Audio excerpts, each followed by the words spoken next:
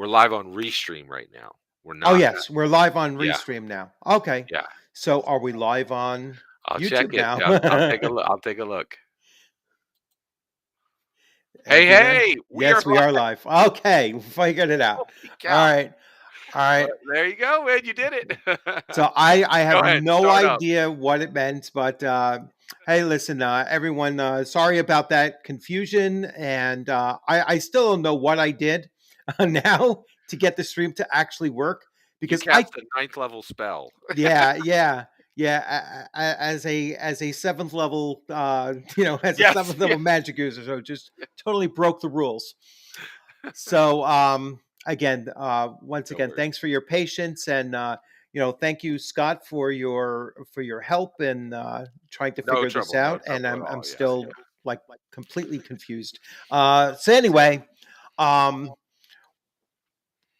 let me begin with where this video kind of came from, and then why I wanted to invite Scott on, and the if anyone wants to pop in, I'll take a look at the chat, and if anyone wants to come in, just let me know, and I will send you the invite key if you want to pop in. So where this video came from, or idea, just live stream came from, was that I mean, I kind of like delve into various websites and YouTubers that talk about the hobby in general. So the tabletop role playing hobby, and the way that I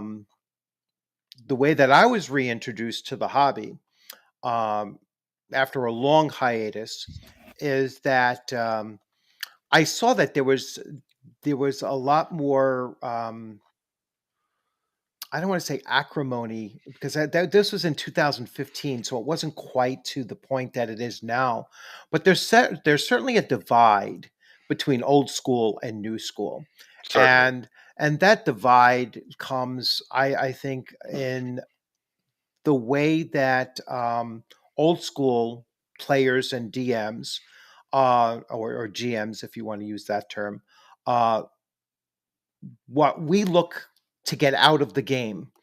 All right, and then you have the more newer school player, modern player, that and modern GM or DM as well, that are looking for not the escapism that we used to, but for a platform to express themselves, and they're looking to take more of the game. And I know I'm certainly coming from like Scott's perspective here, or touching upon it, where you take what we learn from the socialization of the game and then bring it out. All right. And I know Scott talks a lot about his, two-sided mirror kind of, thing. And I'm not quite, Yeah. I, Not everybody's yeah, sold yet. I'm still yeah. working on it. I'm not, I don't see, I don't like to make that crossing over, So let, and let me let me kind of yeah. frame that. So you're saying that you think old school players are still looking for escapism, and that newer players are looking to express their identity and express their beliefs, and just more an expression rather than escapism. Correct? Yes, yeah. Yeah. I think, and it's more, and I don't mean this in a negative way, but it's much more performative now than it was back then. I mean, So we you're weren't, saying you yeah. think some people who are playing the newer versions, the expression is performative, or it's good because performative is you're yeah, I'm not fully following you there. Like a lot of times people are using performative now to mean not genuine. Like they're projecting something but it's not true. Well, Or you're there, just saying like, oh, you're saying like critical role performing like an act. Okay, I see what you're saying. or actually, to go back to your projecting, they're projecting. They're not looking to project the goals of playing a game like it was, back then. Like back then, we were much more. Um, we were still part of the. This is a war game with personality. I that was kind of the thing. It was the challenge of going through the dungeon and, you know, working your way through the dungeon and, coming out the other end with the loot and having met your objective. And it was still very much a war game type mentality, so tabletop wargaming was still very much a part of old school D&D.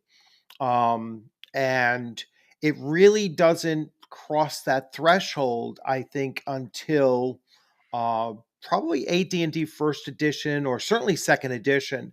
It started to really break away from that. And you know some people argue, and I'm not quite there either, that D&D ended with first edition and it became something else with second edition. I think that was more of a response against all the splat books, rather than. I think that's very interesting because, like, I feel like Gary Gygax, the entire point of creating Dungeons and Dragons was to go beyond wargaming. So it always makes me wonder why people are still trying to keep Dungeons and Dragons there, which was seems literally what Gary Gygax was trying to move beyond.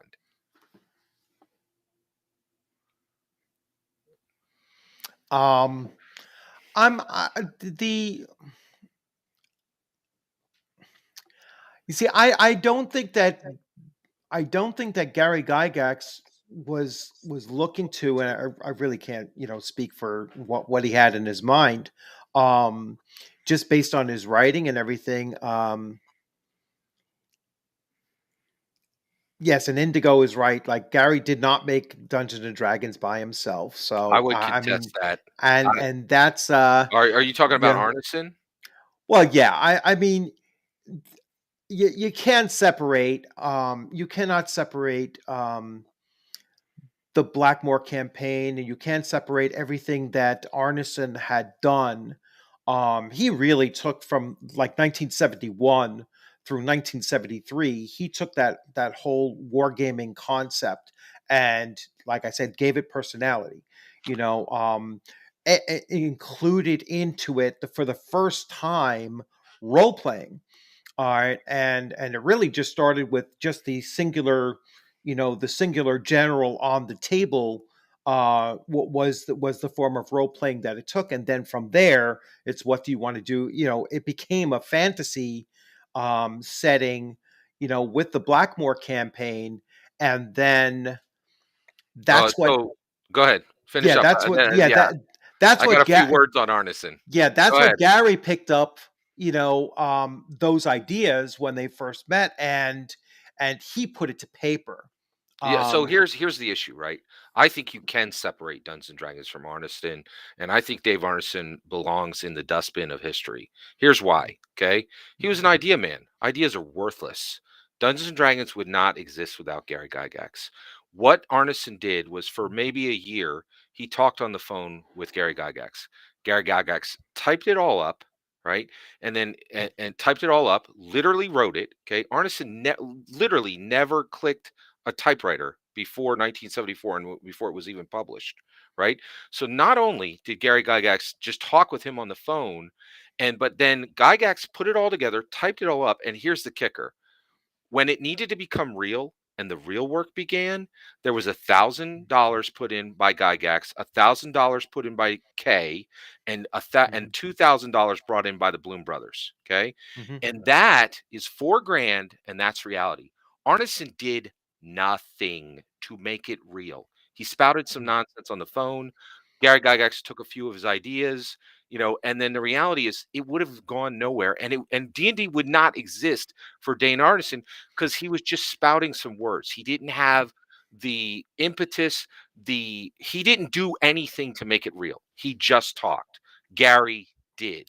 That's why I think Gary Gygax is the true father of Dungeons and Dragons, because it would have went nowhere. It would have been an idea lost at the table if it had been up for Arneson. That's Well, my yeah, he was the father of Dungeons and Dragons, but not of fantasy role playing, and that's basically what I'm saying is that, Arneson created the concept of tabletop role playing, See, and I then don't I don't think Arneson created anything. He just talked.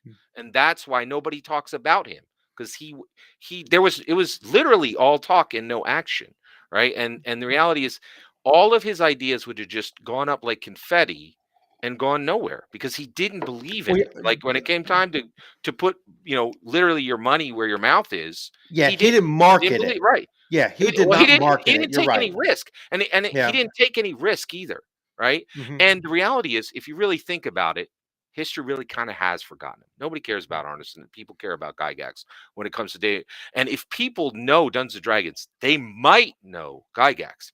Only the most hardcore people give two rats about Arneson. I honestly am. I'm looking forward to him just being swept away in the dustbin of history because I don't think he deserves any credit. He never put any risk. He never put any blood, sweat, and tears. Gary did everything. Like it would have been just an idea if it had been Arneson.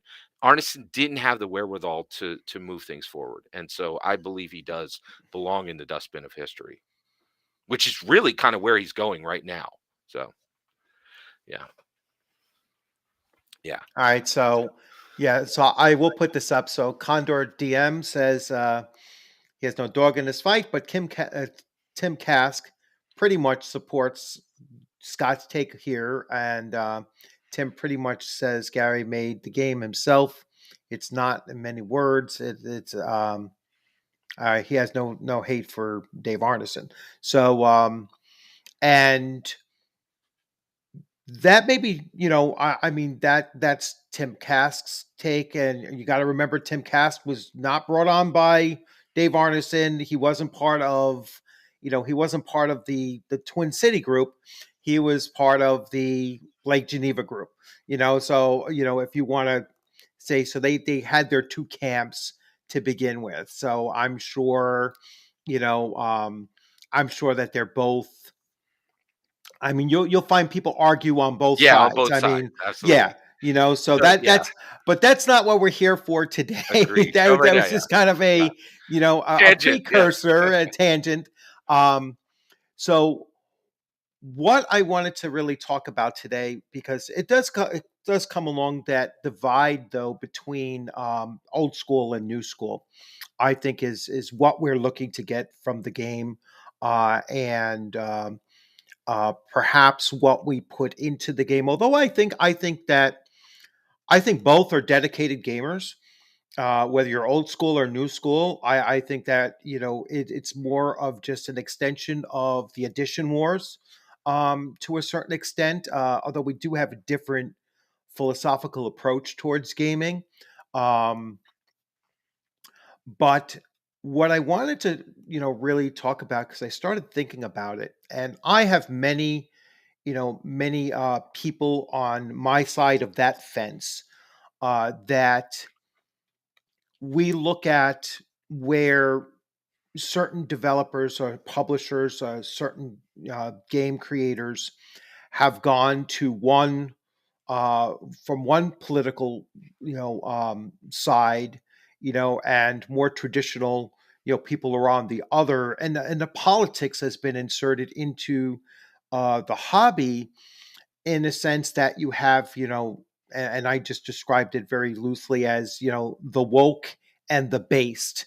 All right. And in case you're not familiar with the two terms, although I'm sure everybody on this stream right now, probably is, but woke just means it's like political correctness taken, several steps beyond what we used to call political correctness back in the 90s and early 2000s, and it's taken a fast forward leap beyond that in some cases.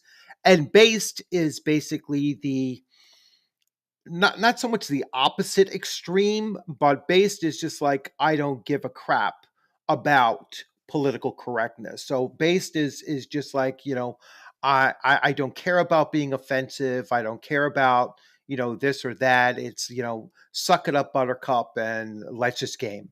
And you know, I mean, I will lay out my bias, on the table there, that I'm certainly more based than I, certainly am woke.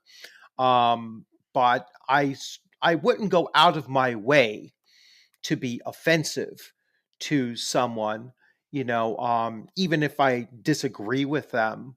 But I'm certainly not going to cater to cater to those feelings either. I'm a very based person when it comes to that kind of thing. It's the I'm you definitely on know the other side of that. So yeah. I definitely think I'm on the woke side.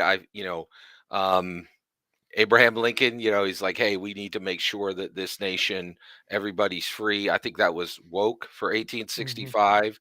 And I think what we're dealing with now is just an extension of that. And I'm very happy that Dungeons and Dragons is getting in and saying, we want to be on the tip of the cultural divides and want to move the ball forward. So, yeah, I definitely think I'm on the woke side. And I think the only thing that makes me a little sad is there's a lot of guys like yourself who I think know the game really well and would really serve as good dungeon masters on the fifth edition side, and could really bring their love and their passion for Dungeons and Dragons rather than staying in older versions that really don't grow the hobby, in my opinion. Mm. Well, and then that's something when you talk about grow the hobby. Um, I don't think that I don't think that just one game or one publisher can grow the hobby. Um, Dungeons and Dragons cannot carry it. WotC cannot carry the hobby. Um, they they're the largest within the hobby, but they can't carry it. They never did. All right. Dungeons and Dragons never carried the hobby from the very beginning. Even in 1974.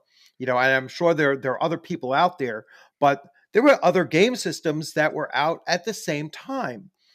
So they never really carried the hobby. To a certain extent, the hobby is much much bigger than Dungeons and Dragons. I had made a comment and probably a video uh, a month or so ago where I said if Dungeons and Dragons and Wizards of the Coast shut down tomorrow, the hobby would still go forward. All right. So I'm 100% disagree, and I think the numbers support my side. Not only has Dungeons and Dragons carried the hobby, it's still doing it today. And if you check the numbers, generally on any given month, Dungeons and Dragons Fifth Edition is outselling the entire rest of the industry combined. So I'm not sure where you're Well, saying it's not carrying it's it. it's not carrying it because, again, if it disappeared, would everyone stop playing? Well, absolutely, I think, and here's why. Because Oh, first of all, everybody knows the name Dungeons and Dragons, but I'm mm, not sure even half the like even 10% of the nation would know what you mm, mean when you said a tabletop role playing game. If they heard role playing game, they would say Skyrim. Like the mm, reality is, and here's the thing: the reason I believe this is Harry Potter. That thing's been around for 20 years. It's falling apart right now. I always feel that Dungeons and Dragons, we need to protect it because it can fall off and die. And that's one of the reasons why I'm so strong about trying to bring to about trying to bring people back, from older editions to the new edition, because we need every talented DM. And right now, I think there's a groundswell of mm, incredibly talented DMs running games that don't grow the hobby in any way. And I firmly believe that Dungeons and Dragons is the flagship, and the hobby would be in desperate danger if there was a situation where Dungeons and Dragons went away. So I definitely am on the opposite side of that. yeah. I just wanted to put some comments up Yeah. there. So we have Indigo saying he wouldn't say go woke and go broke. Um, and to a certain extent, that um, that comment doesn't really seem to affect WotC. Right. 'Cause Go They Woke could seem be to the be, biggest game. Go Woke and have the biggest tabletop role playing game in the world. That's the reality of it. yeah, but I don't know how much. I don't know how much this because they didn't go and we had this discussion prior to us getting the stream to work, right? Um, 5e did not start out as a woke product. All right. Interesting. It was certainly not woke, and as I mentioned earlier, I just read through Essentials. All right. You're talking the D&D Essentials box, correct? Yeah, the Yeah. D&D Essentials box, but if you go back and you look at, you look at the first printing, of the core 3 books, and they're, they're not woke to the extent that they have become since the last several releases, which I think really, kicked off with Tasha's is the biggest leap forward towards that wokeness. And then you Really? What started to did what see did you consider, woke within Tasha's? just the whole idea of removing or allowing for um, the removal of racial traits or swapping of Yes. modifiers, and that goes back to, the argument that I made, that once Wizards of the Coast started to chip away at some of the essential components of Dungeons and Dragons that Gary Gygax laid out were essentials, it no longer it was no longer Dungeons and Dragons. It's Wizards of the Coast fantasy role-playing game 3rd edition. All right. Oh, so And actually so you just read D&D Essentials. Do you think Dungeons& and Dragons 5th edition is Dungeons& and Dragons? after Tasha's, no. Because once they incorporate that from being optional supplemental to core book, all right, and the core rules, so whether they call it 5.5 or 6.0, um, that is going to be the end of it officially being Dungeons and Dragons, at least in my opinion. Oh, I All totally right. disagree. And, Yeah, yeah, it's I mean it's because it's going to lose those essential components that Gary Gygax said cannot be changed. He said once you take away alignment, let's say, once you remove alignment, which they've dabbled with, on several yes, of their more recent things, and they got slammed with the and one brought where it they back. they and they brought it back, but Gary Gygax did not believe that you could have a heroic fantasy, which is what the purpose of Dungeons and Dragons is to the player characters are meant to be good. They're meant to be a force of good. Now Mhm. he admitted, yeah, you could play evil characters, for a session or two, or just for Yeah. But the for game is fundamentally about heroes. Totally right. agree. And once you remove alignment, you lose that. Once you remove the concept of inherent evil, all right, you lose that. All right. You have to admit, once they say, "Well, demons are just misunderstood," they've jumped the shark. All Oh, no, right. no, I totally Yeah. disagree. So first of all, Dungeons& and Dragons 5th edition has plenty of demons. I mean, just Mordenkainen's Tome of Foes is literally filled with demons. So demons are back. If it's no longer that's not a knock against, Dungeons& and Dragons 5th edition. As far as the race issue, I definitely see what you're saying, but I would just posit to you, and I can't imagine this is wrong. Like, we just got through a BLM summer, right? Like, race is a major issue in America.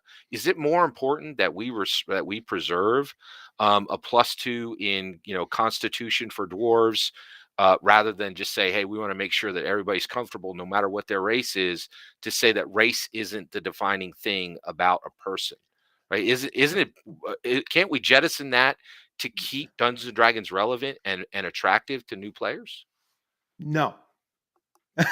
I mean, just no, because you are taking real world and putting it into the fantasy, and this is where I spoke about, and you seem to agree with it. The player can't change my game. The character might. Right, All but right, can your heart and change your game? Were you unmoved by the BLM summer? Don't you see that you know, race is a secondary issue? and I that we don't can easily I jettison it I if do we not can see preserve I the game don't for the see future? I don't see African Americans in Dungeons and Dragons. I don't see Italian Americans or Asian Americans or Italians or Russians or don't even have to be American. I don't see Japanese, in and I'm not talking about the splat books that they did both in first edition and second edition where um they made compilations of to add different cultures. It's going to be hard for anyone writing to create something completely new, but they were not meant to be a crossover. They weren't meant to be a representation of real world people in a fantasy world. All right, so So if I and believe what you just said, I yeah, believe that you don't that when you see a person, you see a person, right?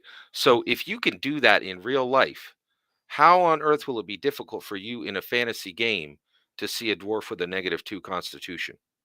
because if that dwarf rolled, if the player rolled the low constitution, you could have a low No, I'm saying constitution a dwarf, -2 but constitution, but putting uh, wherever they want. Like, why is it if you're able to look at a person and see them for who they are, why on earth would it be any more difficult in because a fantasy game to say, this dwarf is totally different than this dwarf, and the numbers don't matter, especially right, if we can attract players who are sensitive to this. You're not, all right. but if it's offensive to others, why keep it in the game if you have so much love and so much tolerance in your real world? Why wouldn't we extend that It into goes Dungeons back and to Dragons? it goes back to one of Gary Gygax's essentials was that the reason why you had racial traits and particularly level limits for the various races was because you had to make a meaningful choice of class and race when you were making your choices, when you were making your selections, and otherwise no one would play a human character. All right. Now, when you take the modifiers and the traits, and you say, well, you could be a halfling with with infravision and their ability to to see the gradation of a decline in a cavern system. So basically, taking elvish and dwarvish, then you're not playing a halfling anymore. You're playing as RPG pundit said, you're playing a gray glob of goo that you are now going to just give whatever traits that you feel like slapping onto it, and you no longer have any kind of meaningful choice in making those decisions. When you look at and there's plenty of other games. It's not just Dungeons and Dragons, but um, when you look at certain classes or certain races and class combinations, you would never choose a human in those instances because they're always disadvantaged unless you give them that versatility that they do have that you don't and the maximum level limit that they do have. That's the draw, is to say, well, I'm going to play a dwarf because I want to be a tough fighter, or I want to have these abilities. If I'm in a cavern, I want to have the advantages of being able to find that secret door or do something else that is uniquely dwarven. All right. And see, There. and so what I'm saying is, you're talking about game mechanics, right? And I'm talking about the future of the game and the existence of the game, frankly, right? Because everything you're saying, Gary, first of all, I kind of disagree that Gary. I have a different. I don't think Gary ever said if you change the races, it's no longer Dungeons and Dragons. I don't think you're gonna find that anywhere. A lot of people will say that's what he meant, or I get where you're coming from that perspective. Mhm. But here's the issue, right? That was 1974, maybe 1984, 1919. Gary died in 2008. We live in a world Mhm. that is fundamentally different, right? And this is the issue. I don't want to play older versions of Dungeons and Dragons and make sure that my old friends are happy with my game. I want to make sure that Dungeons and Dragons is 100 years from now, right? Is robust and alive. And if we say, "Hey, we are responding to the real world and in our game we understand what's happening in America, and we want this game to attract new players and people who are concerned about cultural issues. That's way more. I will trade, some points on a dwarf template for 100 more years of relevancy. Whereas if we say, hey, it's really important that we make sure that everybody understands that races are very specific things and are not to stray out of these, that's gonna repel people from the hobby. I mean, do you really think we can attract people while we say you need to have a very narrow definition of each race? Like, how are we going to attract people with that type of because belief? they'll want to play those races. I mean, no one was like, "Oh, I'm not going to play Dungeons and Dragons because they have dwarves and elves and halflings and they all had different traits." That's not something that occurred until what, 2017, 2018. So for 40 plus years, no one had an issue with it. Right, and we are in a new world now, and that's my All right, point. Is you're saying but that Dungeons and Dragons, Wizards of the Coast should make Dungeons and Dragons static and not respond to cultural changes. I just don't understand why anybody. I don't they've understand why anybody added would think they've that. they've added 15 other races since then. They Oh, have there's what, 30. There's like, over yeah, 30 races or in third, right? 5e. But I'm Yeah, saying yeah, I there's mean, actually 36 specifically. Go ahead. Sorry. they've added so much that if you can't possibly find something that you identify with in all of the different bloat that they have included in it, then I mean, you're really looking to have a game where everyone is that gray glob of goo. All right, It's not a and break off of then cue, it's somebody's perception of a dwarf, right? And so they're saying my dwarf has lower constitution and higher intelligence, right? And I understand where you're coming from. I like mm, Tolkien, right? And Tolkien had these very narrow. He's like, here's a human, here's an elf, here's a dwarf. mhm. They're all these rigid things, right? And what I'm saying is, for Dungeons and Dragons, one of the things is true things grow and matter when sacrifices are made. So one of the biggest sacrifices is, I actually think Gary knew exactly what he's doing in 1986 when he handed the game over to Lorraine Williams and did the most progressive move in probably all of Dungeons and Dragons history, and made sure that the CEO in of the tabletop or the best tabletop role playing in the world, after 12 years of him being there, went to a woman. That's incredibly progressive, right? So I really feel his legacy is progressive. Gary was woke in 1986. He handed the biggest tabletop role playing game um, company in the world to a woman. If that's not woke, I don't know what is. If that's not progressive, and so I think honoring his legacy is embracing wokeness, exactly like Gary did in 1986. um, first of all, to go back to one of your earlier points, Gary said, "Game greater than campaign, campaign greater than everything else." He'll always put the game first. All right. And he was explicit in saying there is a certain line where the changes that you make, you're no longer playing the same game. You've created something new. All right. And I've done a video on this too. The differences between a homebrew and house rules and so on. And at a certain point, a homebrew becomes a different game. All right. And you can no longer claim that you're still playing that same game.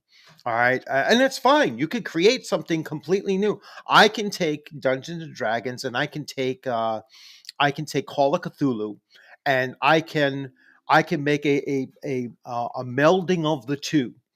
All right, and so have a high fantasy eldritch horror, and throw that together, and this is a new game, and that's perfectly fine. If everybody at your table loves playing that, perfectly fine. All right, but I can't call it Dungeons and Dragons or Call of Cthulhu anymore. It is a totally different game. So I got 2 points. Okay, so one, we could both play, Gary said, all right? So first of Mhm. all, Gary was there when Dungeon Magazine came out. You know what it said on every single cover of Dungeon Magazine? It said mastering the game and beyond. For Gary, it didn't end at the game. It went beyond that. We were to master our own lives, master ourselves, and frankly, in my opinion, master culture. And I think that's exactly what he did. Second, I love guys like you. One, I look behind you, I see that amazing collection, a lot of stuff I'd love to own, right? Major props, right? But one of the things I'm really trying to do is I'm trying to get older players to come to fifth edition, because one of the things is, and I'm sorry to say, I apologize, some of the things you're saying are coming out of ignorance. So one of the issues is, you said if you take Dungeons and Dragons and you mix it with Call of Cthulhu, right? Then that's its own homebrew, right? Now you were right 1 month ago, but the minute the new Fizban's Treasury of Dragon dropped, you are wrong, right?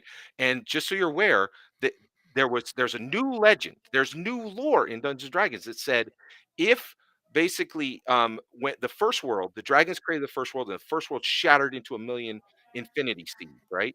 And every single one of those infinity seeds is and this was clarified, right, by D&D, by Dungeons and Dragons official designers. They said every seed from the first world, when it exploded, every shard is every game you make.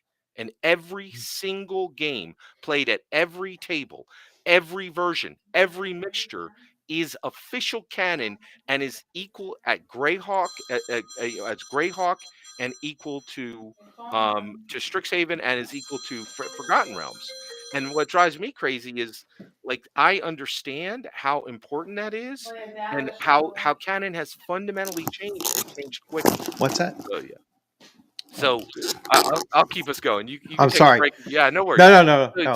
So even that change, and this is the issue. Dungeons and Dragons is real. Dungeons and Dragons fifth edition is real, and there's lots of older players who are pretending it's not. But the canon is changing with every book, right? There are things, and like they reversed. And if older players are there, Wizards of the Coast is listening. You're right; they were going away from alignment, then they came back. Right. And so I'm just so frustrated to see a lot of older players not actually knowledgeable about what's happening in Dungeons and Dragons now, and their voices being silent, because it's not helping anyone. That's I'm my just gonna opinion. I'm gonna pop something up here. Plot twist. Request is better. Yeah, and 4 people in America know that. No, At seriously. least at least you didn't say Rollmaster, which is Well, and the reality is, like, which is tough, I really I love tough. I love RuneQuest. I love the scope of it, but Mm, who cares, right? And the mm, reason why is, like, I just watched a brand new show on HBO Max, right? It's called Southside. Probably 4 people on the stream have seen it, but 10 million people have seen it. Name drops D&D. D&D is name dropped everywhere. The culture knows it. mm, Nobody in America knows RuneQuest, like less than 1%. mm, The game don't matter. And see, and you're saying, hey, there's lots of other games. There aren't. Nobody cares, right? They care and they mm, know about Dungeons and Dragons, but outside of the tabletop role playing community, these games are worthless. They're like, Pathfinder to the mm, real world is an SUV, right? And so that's why really feel it's very important to stay on D&D now, right? The D&D fifth edition, sixth, wherever it's at. And I just don't like seeing people playing games that are generally ignored by the culture. And it does seem reciprocal. It seems like the older players are saying, we'd like to ignore culture. And the culture's like, that's fine. We'll ignore you. Right. So I just mm, want people who love Dungeons and Dragons and know a ton about it, like yourself, to come mm, into the conversation and have the things that you say matter on the game that's actually being played and being grown. Matthew Mercer just made $20 million just rubbing Dungeons and Dragons near his face, right? D&D 5th edition matters more than every other tabletop role playing game combined. It's amazing to me that there's so many players, older players, who just want to ignore the culture and don't understand that in reciprocation, the culture is ignoring them. And I just don't want mm. those voices to continue to be silent. Yeah, I mean, first of all, Matthew Mercer and how much he, how much his show has made, has more to do with advertising dollars than it has to do with, anything else. Um, it's not that his product is bringing in advertising, and that's what's earning the money. Um, we shall see um, how much cachet he has when they start producing their own games. All right, which they have four that was supposed to, come out or have come out during the during 2021. I'm sure that's probably pushed off into 2022. But I know they have 4 games coming out. One of which is not a fantasy RPG, but it is an RPG. And I can guarantee you that if Critical Role put out their own fantasy RPG on Kickstarter, it would be a 10 to $15 million Kickstarter. All right, almost guaranteed.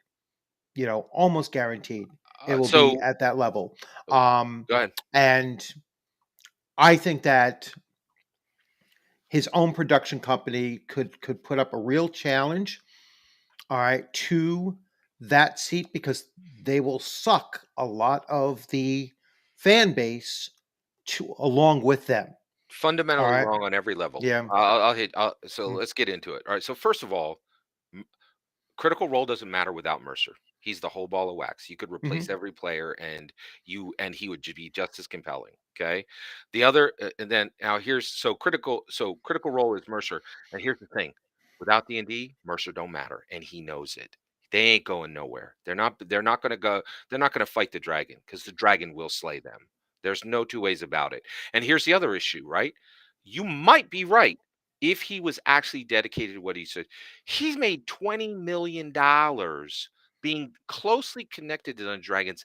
It's not even his main gig. He is still doing voice work and he doesn't care, right? So you're telling me a part-timer is going to beat people who have 50 people making a tabletop role-playing game, and this guy's got to go run off to voice the next Netflix show, but oh yeah, his tabletop role-playing game is going to do so good, right? He's not even dedicated to his side project, right? He's not going to outperform 50 professionals who have the best artists in the world because they're combining it with Magic the Gathering right now. So the reality is Critical Role ain't nothing without Mercer. Mercer is nothing with D&D. He will never be a competitor for them.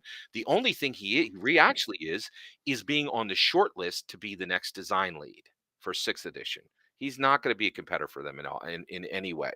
And yeah, Well, and that's something that that's something that I actually said, was that I could see if Hasbro really had a fear of that happening, they would approach him well, first you know, and say, "We'll actually, we'll make you corrector." he's a dog on their leash. He's already done 2 books for him, right? Like, not only did get the Exandria book, but they just announced the Sector Exandria book. So how are you going to be like, I'm going to be a real competitor for D&D? So D&D, so thanks for publishing my that work. is Watsy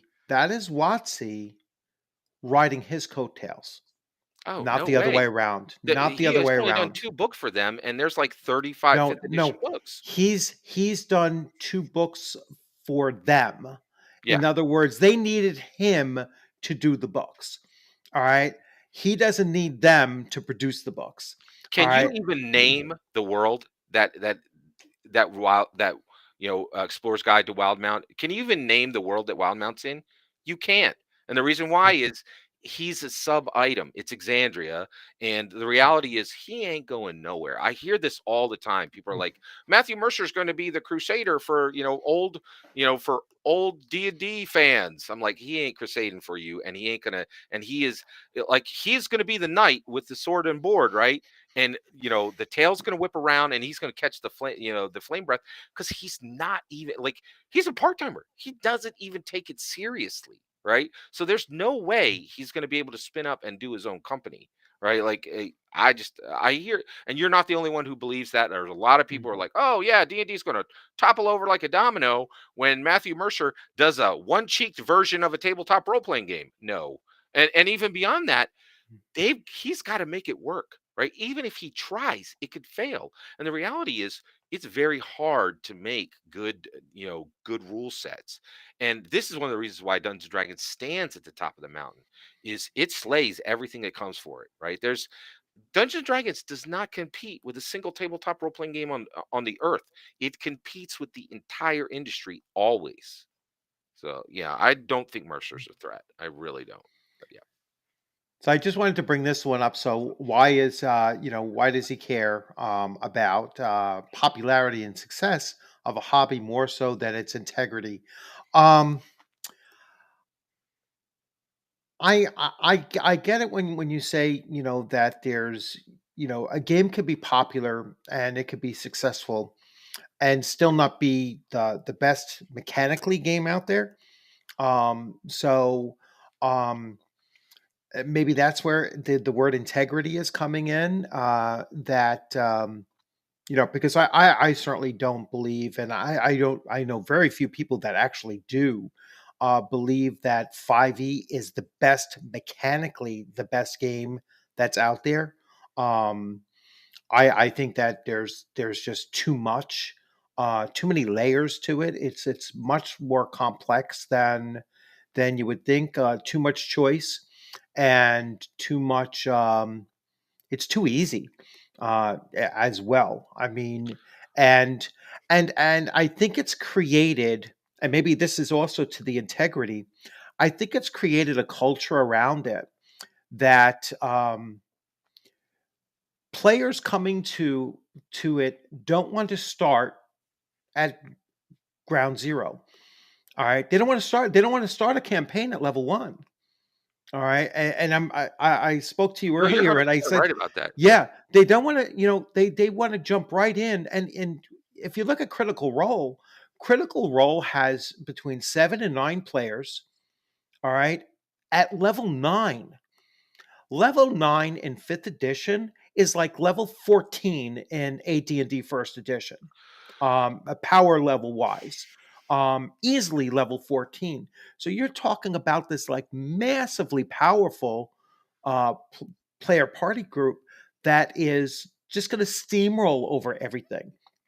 And that's what players are buying into. They don't want to have 4 hit points as a first level magic user, and they don't know how to deal with, um, what do you mean a short rest? I don't get, I don't get one hit die returned to me after a 1 hour, break, or recover all of my hit points after a 6 hour rest. It's just the system has, what do you mean I don't get 3 death saves before my character actually dies?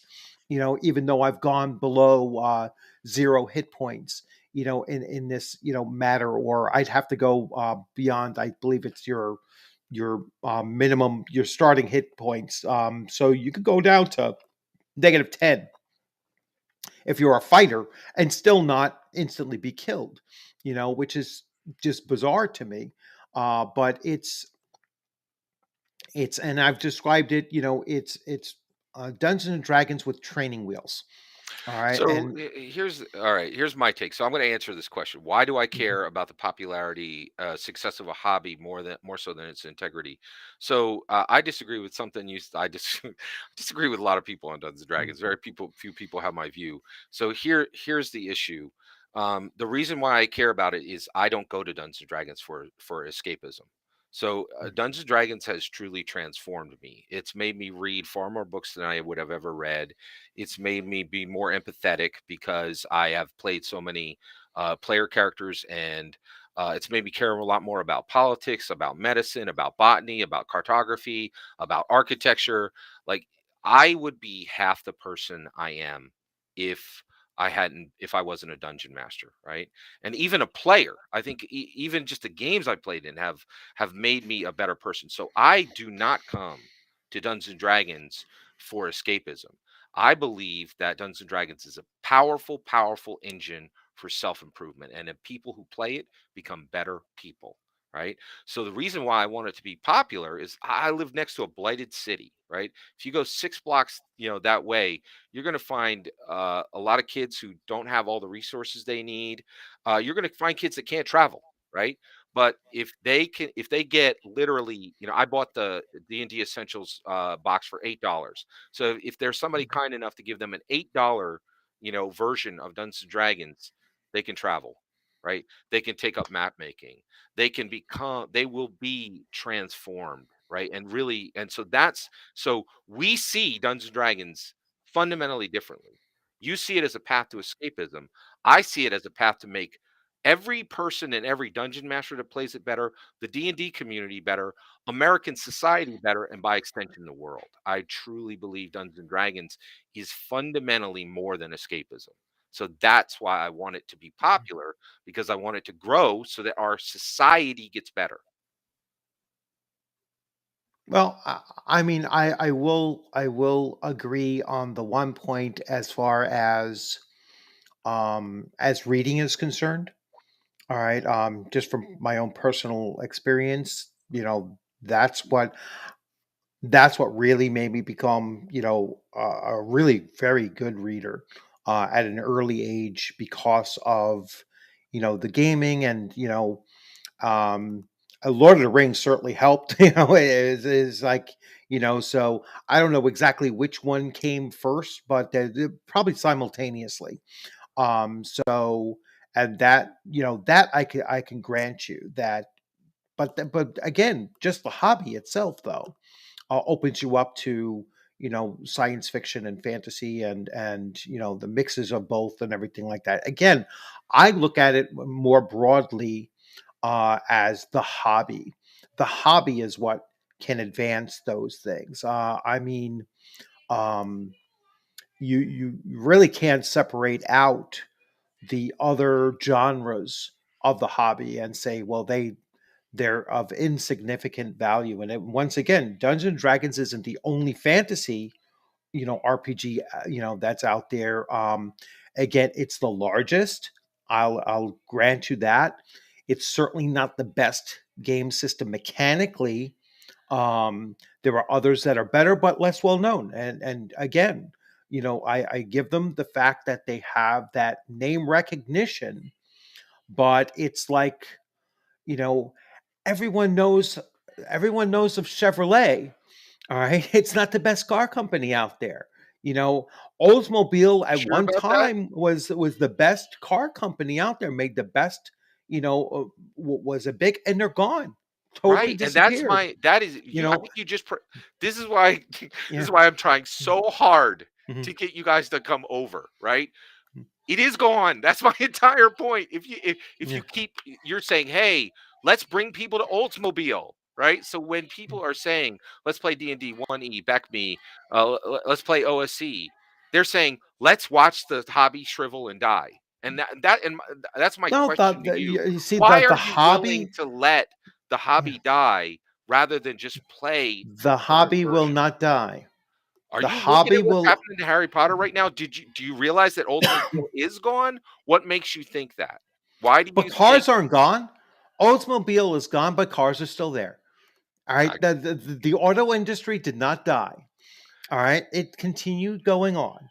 All right. Again, it's not the only, it will not, it will not continue being the same game 20 years from now.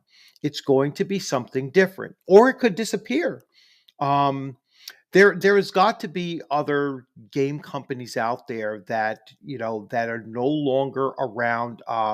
Fantasy Grounds Unlimited produced awesome games, in the 80s. They're gone. Um, the other one, well, Fantasy Flight, uh, I guess it's FASA. yeah, I'm not FASA's sure. gone. Yeah, there's a ton. Um, Yeah. there's a lot of game systems that were, at the top during their time, or very close to the top at their time, especially when TSR was fumbling around in the late 80s, early 90s, that those games stepped up, or those game companies stepped up, and then all of a sudden, poof, gone. Um, Steve Jackson Games is still around, but it's Are they? nowhere Yeah. near what it was. And that's my Um, entire point. Like we are if we don't protect Dungeons and Dragons, if that can't make it, none of the rest of these are gonna. Like you no, talked earlier. they'll Yeah. continue on. There I is don't believe that for a first of second. all, if you look at Dungeons and or it's not just Dungeons and Dragons, but 5e has lost some of it, lost 8% of its market share. All right, in the last year. All right, it's still the top, but it went from 62 to like 50, more than 8% actually. It's down to like 53%. All right. So it's about 53% of the market share. And the growth has come, second place is either all of the other games tied with Call of Cthulhu, or Call of Cthulhu is in third place, and then all of the other games combined is in second place. Call of Cthulhu and the others are, are the rest of the market. All right, so that's somewhere around, 40, let's say 46% to be generous, because then you might have another 1% that's just something else entirely. Um, it's just not it's not where it was. I think otherwise they wouldn't be talking about, the 50th anniversary and trying to revamp something. Um, they're it's just it's going to ebb and flow, and I think it's more on an ebb right now, that it's somewhat declining as time goes on. They're going to look to see, well, how do we refresh this up? Their supplements are not going to carry it through. All So right. so when you start talking about D&D economics and why it's still around and market share, it's incredibly complex. The reality, so first of all, a couple I will say some things I agree with you on. I do agree with you. I don't think that that Dungeons and Dragons is the best rules mechanics, right? I do think it's the best game. And the reason why is anybody you bring to Dungeons and Dragons, the moment you say Dungeons and Dragons, there's 47 years of history. There's ET and Mhm. there's cultural references, there's all that. No other game has ever even come. I don't think there's any other tabletop role playing game that has even a handful of cultural references that most people would, and that's not a small thing. And so, and also Gary Gygax, I think he's really special. There really has never been a game designer like him. Nobody's really equaled him, and that's a whole ball of wax. That's a box I won't open right here. Mhm. But in addition, so when you talk about, so and then the other thing is you're like, hey, 50, here's the market shares, right? One of the things is we don't really have the numbers, right? Like I would love to know what Dungeons and Dragons made in 2020. Nobody knows that number, right? We know that Wizards of the Coast overall made 875 million. Probably 500-600 million of that was Magic the Gathering, and I suspect Dungeons and Dragons, the product, probably made between 50 and 150 million dollars. But the reality is, when you hear numbers like them going up and down, that's all junk. And the reason why is there's no real metrics. They keep it incredibly tight, right? And but here's the issue. Dungeons and Dragons real value is very much not understood, because people think it's the idea of, oh, I sold this book. Nobody cares about that book being sold, right? And the reason why is in 2023, there's going to be a Dungeon Dragon movie, and it can make $2 billion in a year, maybe 3 billion, right? And that's the real value. And in addition to that, podcasts are very, very interesting. Podcasts are completely useless. There's no need for them, right? You could just put up your all your content on YouTube, and the distribution model is much, much better. But the reason why podcasts make them more money than any other distribution right now for advertising is because the only people who listen to podcasts are rich people, right? And right now, I think people are starting to figure that out about Dungeons and Dragons. Dungeons and Dragons is only played by charismatic, confident, intelligent people at the macro level, at the 51% level. And when you can target that group, you're targeting world breakers. Like you're talking people who are either, forming companies, buying companies, or are going to do it in the future, right? When you have a group that reads 750 pages of content just to play a game, these are world shakers, world breakers, right? And so the economics of Dungeons and Dragons are so incredibly complex, and we still have people going, oh, I think it sold this number of books. It doesn't have anything to do with the books, right?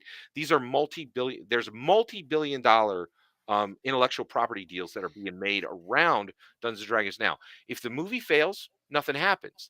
If the movie pops, you could be looking at 10, 20, 30, 40 billion dollars. This could be the next Star Trek, There's next no way Lord that of the movie Rings. is making anywhere as close to that. The movie's gonna flop. All right. And because almost all movies flop. All right. It's not going to be a good movie. All right.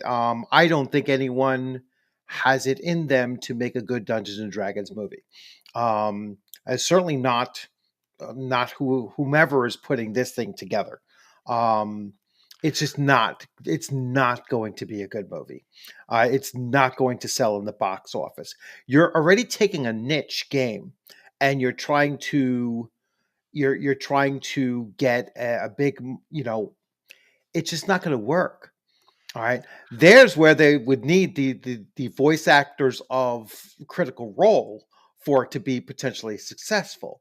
All right. It would have to be it would have to be a cartoon, and it would have to be, then it might have a chance of making a decent amount. I Trust me, it's not going, no one's going to the movies anymore anyway. So here's the thing. Like, It's go ahead. I don't want to yeah, interrupt. it's just not gonna, it's not going to have a market. And it still remains to be seen if it's ever going to release. Um, I mean, I'm sure that they're in early production, but I don't see it. I don't see it happening. I really don't. This is like watching The Last Unicorn again. Why am I the Mm. only person who still believes in Dungeons and Dragons? This is incredible. So here's the thing, right? The Harry Potter thing is a huge part of my life. And so there were a lot of books, right? But when Harry Potter blew up, that thing shot to the sky like a rocket. Okay. There were midnight book parties. And like for 3, 4 years at the end, people were getting together. I remember standing out in a Barnes and Noble, like 10 miles from here in Springfield, Pennsylvania. And there were 300 people in line getting the book, right? And the thing is, I understand there are going to be obstacles, and there's a possibility that the movie isn't going to click. But what is the point of not having hope in this thing we love? And I really challenge you.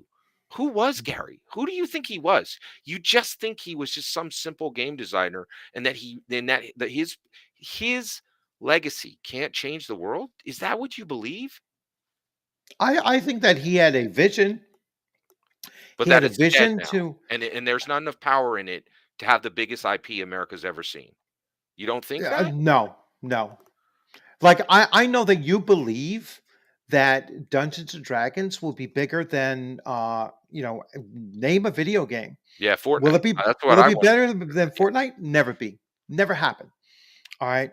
It's barely beating World of Warcraft in its death throes. All right. So it's it's just not going to, it cannot compete. It cannot compete with it. It doesn't compete with chess. All right. There's, you're trying to stack it up against games, and I know, like, you're like, no, there's no reason why people should be playing more board games. All right. Chess is what, 1,000 years old. Yes. I mean, it's, how do you expect a 40-year-old game to unseat something that's literally been played for 1,000 years? I can tell All you, right. you have It's champions of just, it, right? You have all right. grandmasters of it, and you have people who It's, believe in it. And there's two people on this screen. One yeah. of them believes that Dungeons and Dragons can overtake this world and be 100 times larger, 1,000 times larger than it is right now. And one of us doesn't. And It, I'm it, and it I just yeah. and when I you don't, turn around and you look at yeah. your collection behind you, why do you have so little hope in the game? That's my challenge to you. It's not big, because I think that people will continue to play Dungeons and Dragons, whether it's a new edition or an old edition.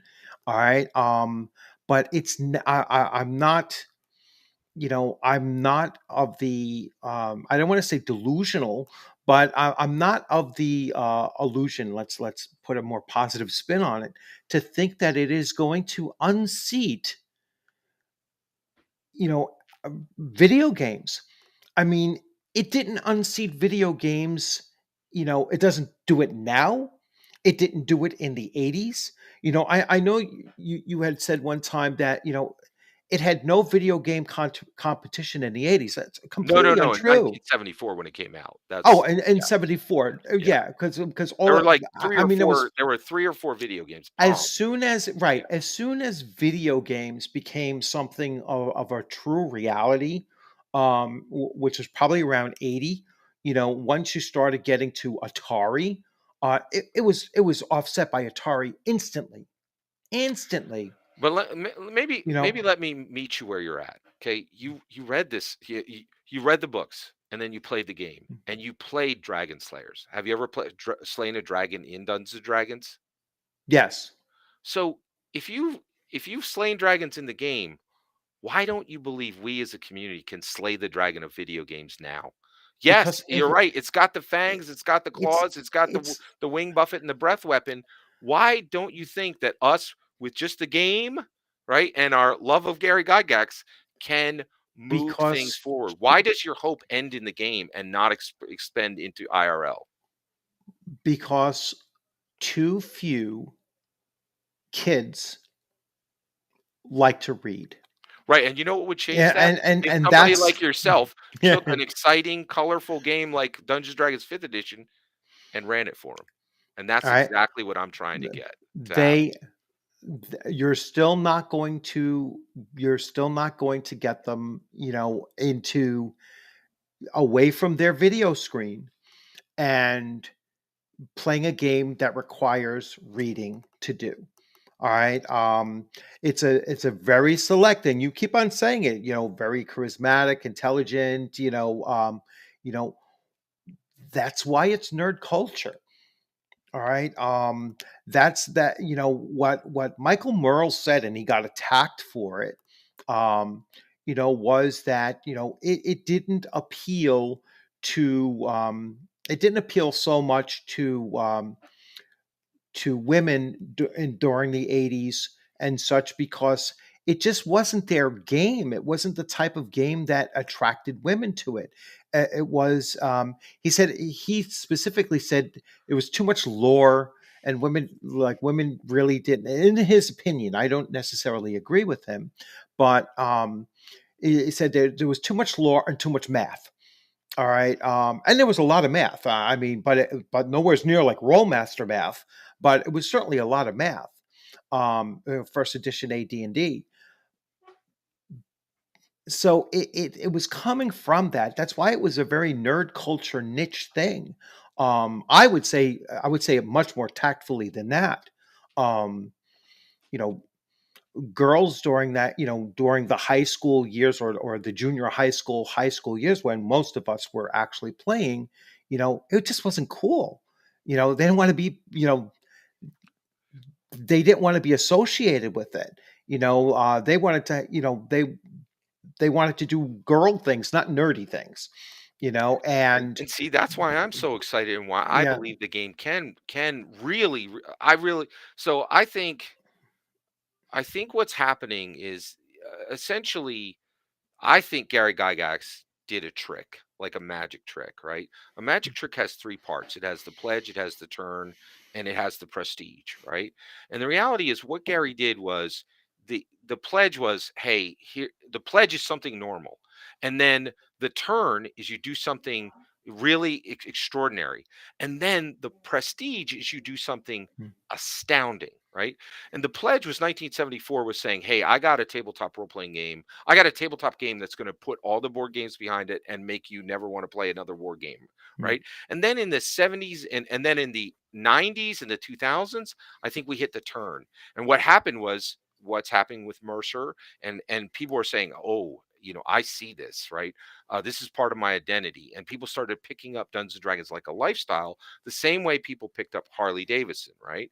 But now we're moving into the prestige. And I think that what's going to happen there is we have myopically focused on combat for 47 years, but there's three pillars to the game that Gary gave us, which is exploration and interaction are the other two. And that's, I think, mhm, exactly why we see more women than ever coming in and being players, more women than ever coming in and being dungeon masters, right? And the thing is, I think there's 1,000 Matthew Mercer sitting out there, right? And it's going to be boys and girls who have that same passion and that same ability to take it into new directions and really draw people in. And I just don't, and but to your point, nobody agrees. And especially when I talk to anybody who's played an old game of an who plays primarily older versions of Dungeons and Dragons, their hope is sucked out of them. They're as gray as your shirt, right? They just don't mhm. believe that the game can grow. And I'm just not there. And I refuse to give up my hope for Oh, the game I that didn't it's say going that to be better than ever. the game could certainly grow. All right. But But you don't the think it can catapult forward. You don't think that there's gonna be like a cultural moment that turns and something unexpected happens and it does surpass board games or video games. no, And yeah. And no, and I don't and think it will. and see, No, I cannot don't think go that ahead. the hobby will. It's not just Dungeons and Dragons. I don't think that the hobby ever will. And I actually, I'll tell you What right is now, there? you're What is right. there? Nobody else in the 300? hobby is gonna do it, but Is there Dungeons& and Dragons can. 300? There are, what is there? 300 million Fortnite players, Yes, that's right. And you know right? how many Dungeons& and So Dragons players are? There are 11,000,000, yeah, right? but between 8 and 12, yeah, so 11 million, fine. So there's 11 million. All right. And you think that it is going to, jump uh So one game by is a 30 times. 3,000%? Yeah. Yes, and Yeah. and and the reason why is because I read Gary, right? He did something like the idea of unbound identity, right? So Mhm. like before him, like he did this thing, unbound identity and unbound immersion, right? So the unbound identity is before 1974, you lived one life, and if it sucked, right? But in 1975, you could have two lives, and That's maybe escapism. that's not You reject it. escapism. Of course it is. That's escapism. S You so just described escapism. As soon as you say that, I don't have to reside in my life, I can now I can now adventure into a different life and be completely different than me. No one stats themselves out to play a role-playing game. I have never seen anyone sit at the table and say, "All right, well, I'm going to make a I'm going to make a 5 foot 6, 53 year old human character that weighs 240 pounds. All right, and no longer has any of the physical ability that they had when they were 23. All right. And is, educated or whatever, but, doesn't have any of those skills that he used to have. No one's going to do that. All right. I hate to say it, Yeah. you're wrong again. So one, anybody on here right now can Google nerdarchy.com, Nerdarchy Saves the World, and they will find a Dungeons& and Dragons 5th edition game that I ran for the entire staff of Nerdarchy, where they all literally statted themselves, found dragon eggs in the Philadelphia Art Museum, and then traveled into Dungeons& and Dragons. Like, and this is I- issue. And see, and you're right. You're not going to mm, do that. But when you unlock your idea of what it is, when you release the idea that it's escapism and understand that it's expansion, right? Expansion mm, for intellect, expansion for emotion, right? Once you do that, you're no longer bound. And that's what I mean by mm, unbound identity and unbound immersion. Gary really changed this world, and I'm really trying to get to people to see it rather than have this idea that mm, we're still the nerds we were in the 80s. You said it, oh, it's nerd stuff. What is a nerd today? It's an eccentric, rich leader. That's what nerds are today, right? Our world is changing, and I'm trying to get all these amazing players and dungeon masters who are stuck on D&D 1, stuck on D&D 2, stuck on D&D 3, stuck on Beckme, stuck on Moldvade, stuck on Holmes, stuck on Whitebox, and say, do you still have something to give? There are young people around you, and we can catapult this past.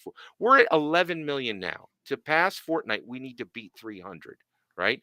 But we need everybody there, everybody believing that Gary changed the world. He didn't just write some words in a book, and that his legacy is going to die, and Dungeons and Dragons can die as long as we have a fun time at the table. I'm calling everybody, and including you, to something mhm, more, right? And I think that your heart is curdled stone now, but it could grow two sizes tomorrow. I really, and that's why I came on tonight. mhm. Is I have seen your fantastic reviews of Gary's material. I see the love for the game behind you. I'm just asking you to shift it to the game that matters now, which is Dungeons and Dragons 5th edition, and not Yeah. just you, but all of us, Yeah. all of them. So Yeah. I don't see, like I said, any one game is not going to carry the hobby.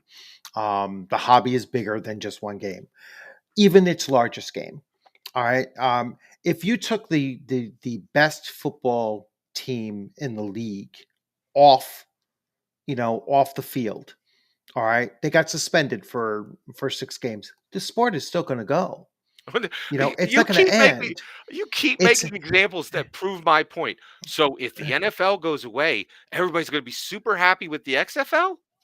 no, no. I said if you take the best team from the NFL and you suspend them for 6 games, But that's my point people are is still going to do watch. you It's still really going to believe American go. football would survive without the NFL?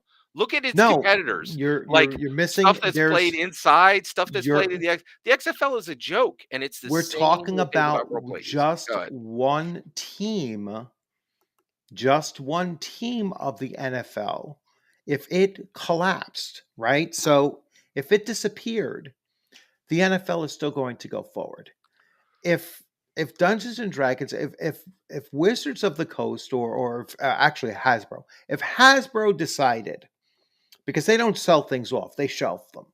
So if Hasbro decided we're going to shelve Dungeons and Dragons for 5 years. All right. The hobby's not going to come to a screeching halt.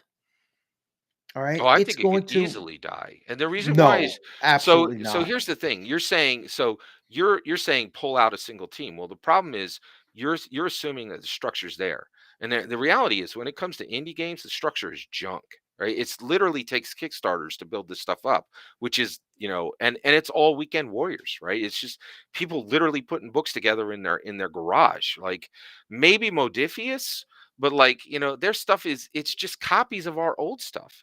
And so I don't have I guess that's where my hope falls down is I don't believe for 1 second that, because if you look like Monty Cook and like all those, they're just so small and tiny, and their reach is so, like pitiful. And the reality is they just don't have the history. That's the other thing that when it comes to the reason why I keep up in D&D is you can't match that history. There's just like it is it's marinated in our culture, and none of the indies can get over that.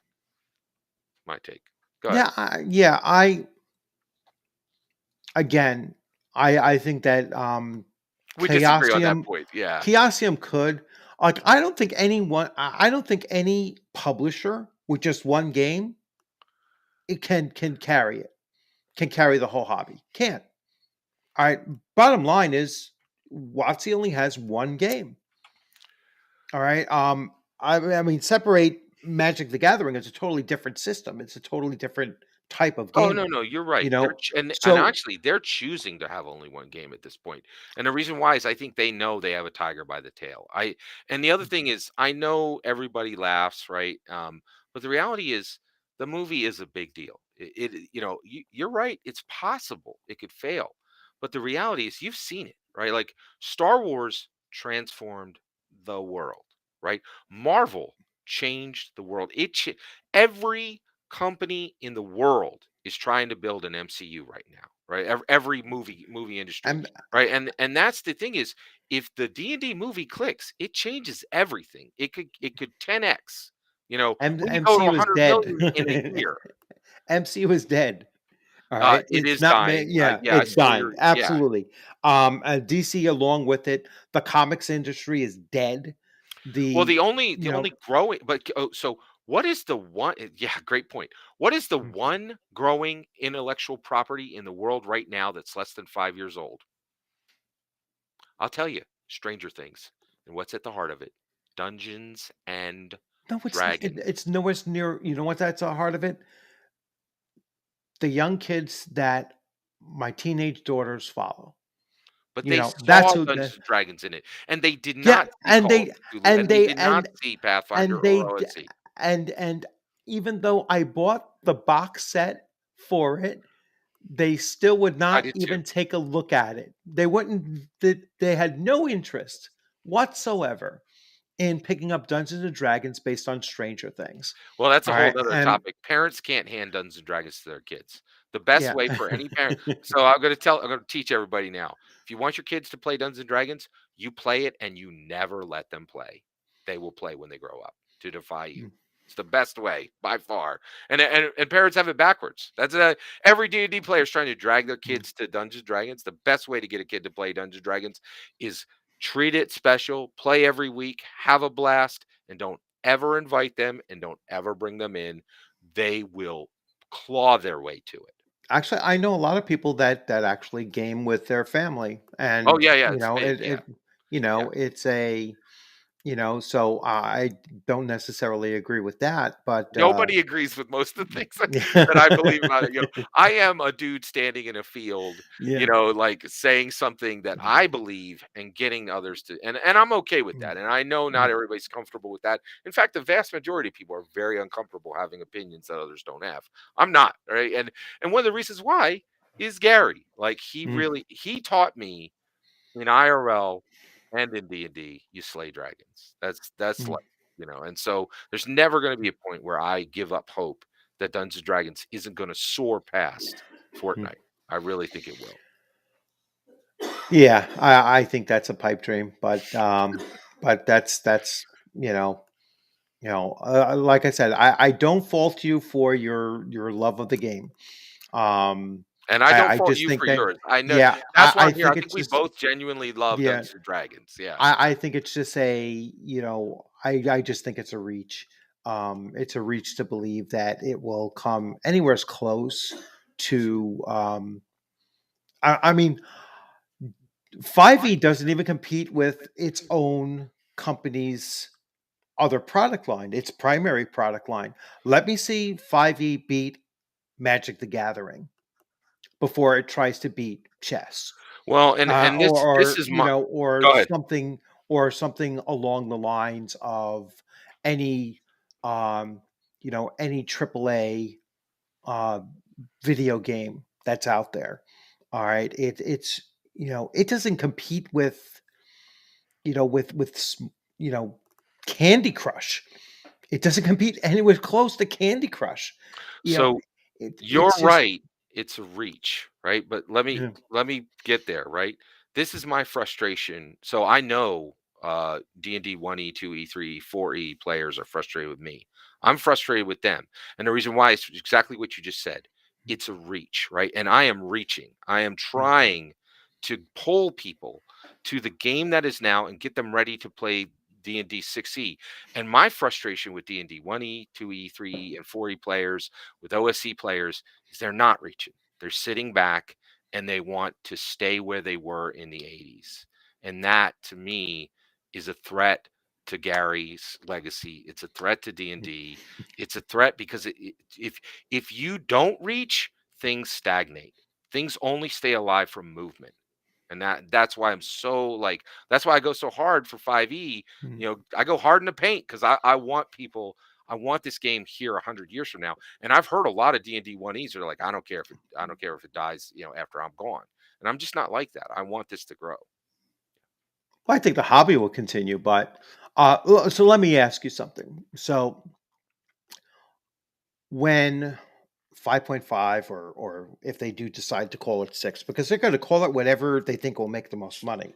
Number one, if they think that it'll make more money to call it something different, um, including taking the D&D label off of it. I mean, if Hasbro believed that that would make them more money, to call it the Hasbro, or to call it Magic the Gathering role playing game.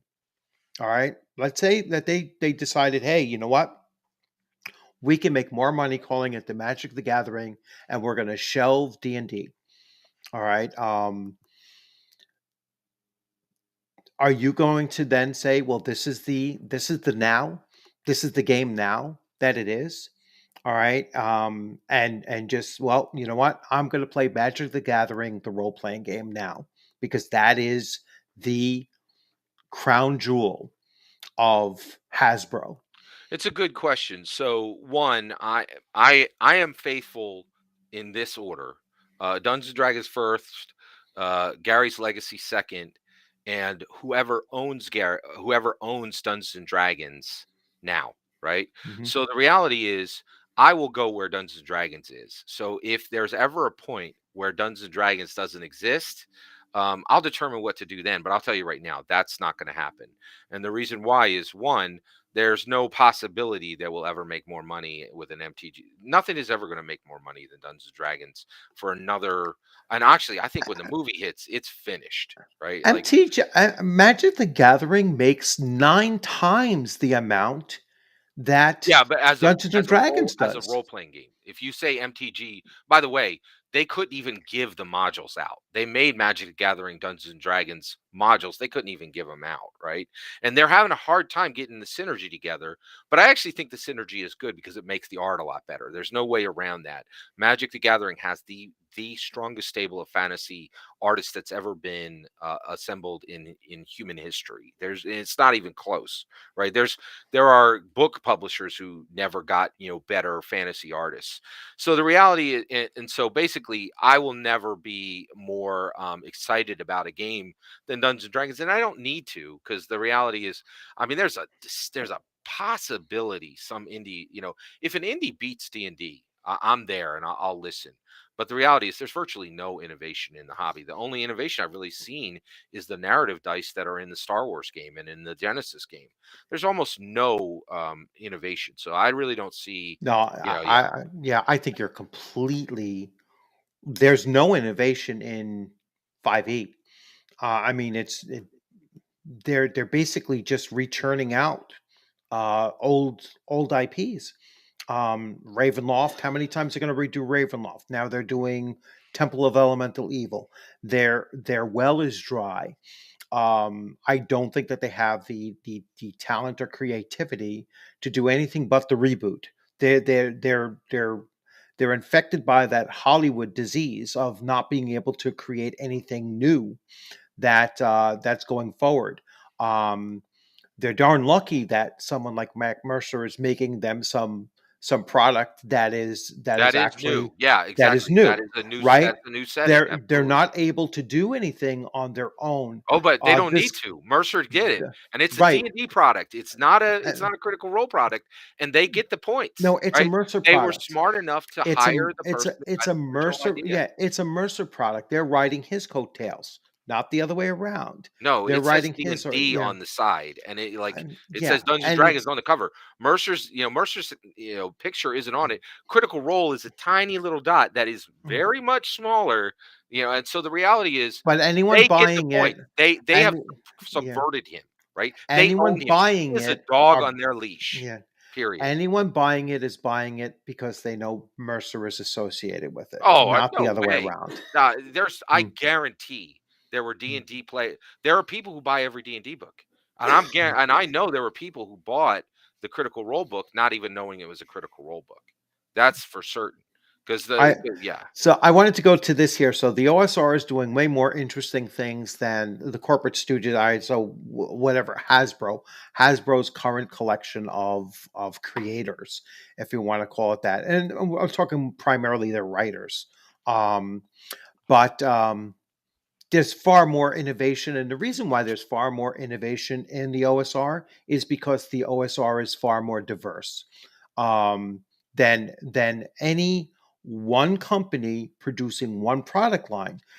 When you're competing in the area of innovation and ideas with 1,000 other companies, if you want to call them that, 1,000 other creators out there producing their own thing, there's no way that one company producing one product can compete against 1,000 individuals producing product.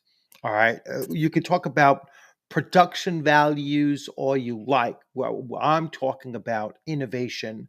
It doesn't take a lot of production value um, to put out innovation. All right. They're exclusive. They don't have to be inclusive of one another. I mean, you have things like this here, which Lamentation of revolutionized the the Flame OSR. Princesses? All right, that Okay. that Yeah. revolutionized. All right, anyone in the hobby knows of this. All right, there's no one in our hobby that doesn't know Lamentations of the Flame Princess, and I'm not even saying it's the best. I'm just saying that it's as well known in our hobby as Dungeons You and mean in Dragons. tabletop role playing games or in the Yes, OSR? yes. Oh, both. There isn't a 5e player that doesn't know of this game. I think most tabletop. First of all, I'm highly aware of that game, Yeah. and It, but I think the vast majority here. Okay, you know what? I'm not going to get into flame furnace because this is a great comment. I want to respond to it. The OSR is doing way more interesting things than. All right, so I'm going to take this. Then I'll change it. The OSR is doing way more interesting things than Wizards of the Coast.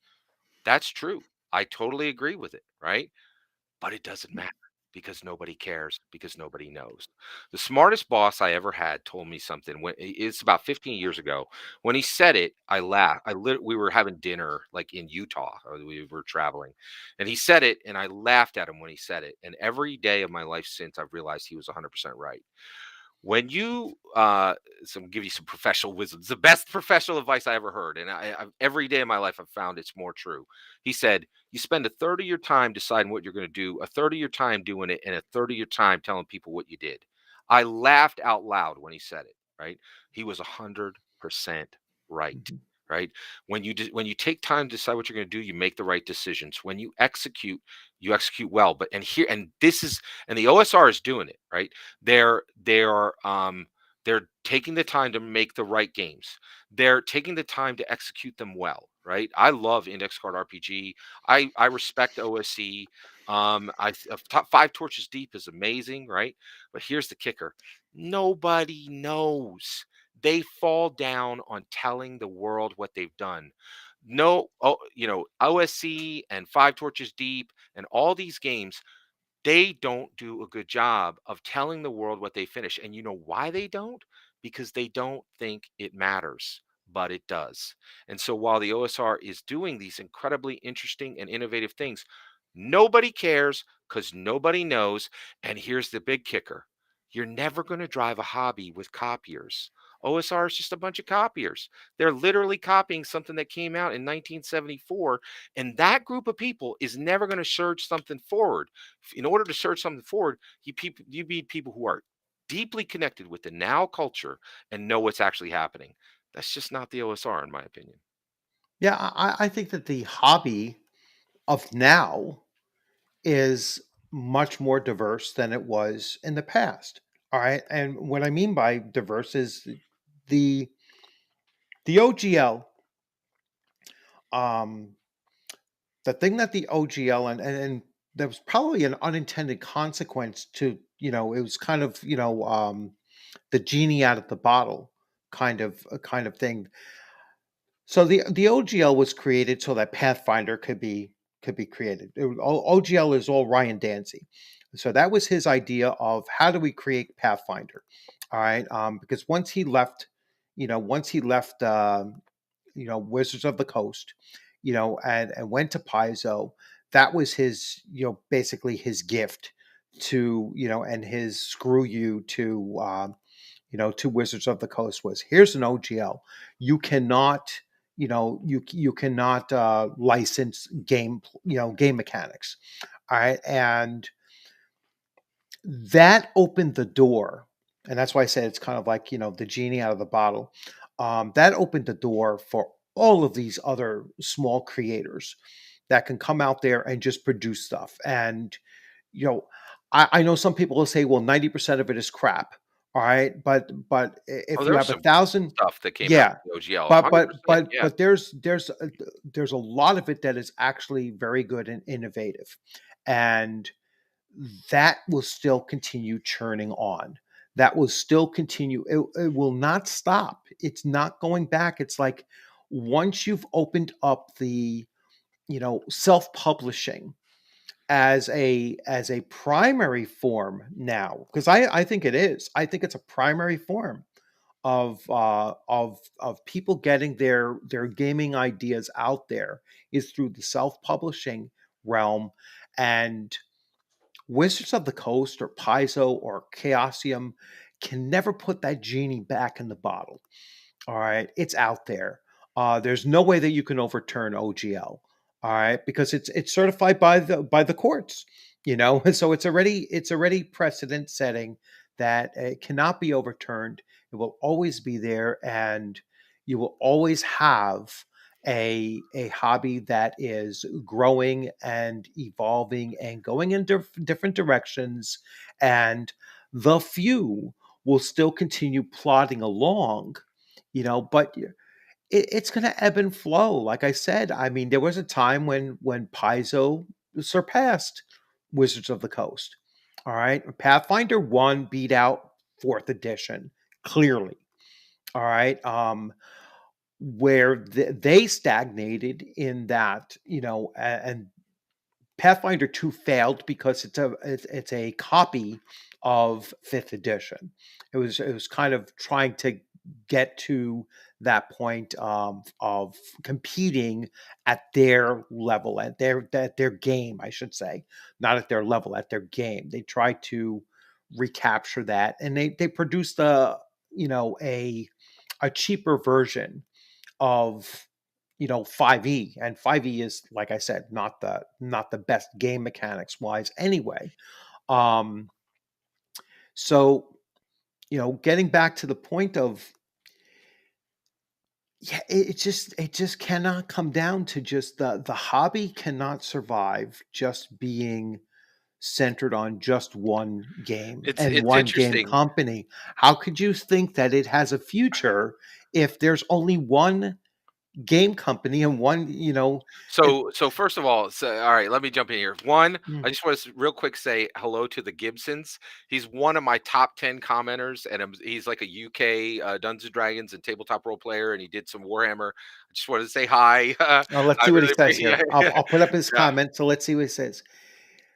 All right, so I agree. It is definitely a paler version of the previous editions lore wise. The mechanics, however, are very good for running a narrative based campaign if you run it properly. I Yeah, think he so was I responding. I Yeah, can, yeah, so he's responding to another comment, and that's another buzzword and possibly a negative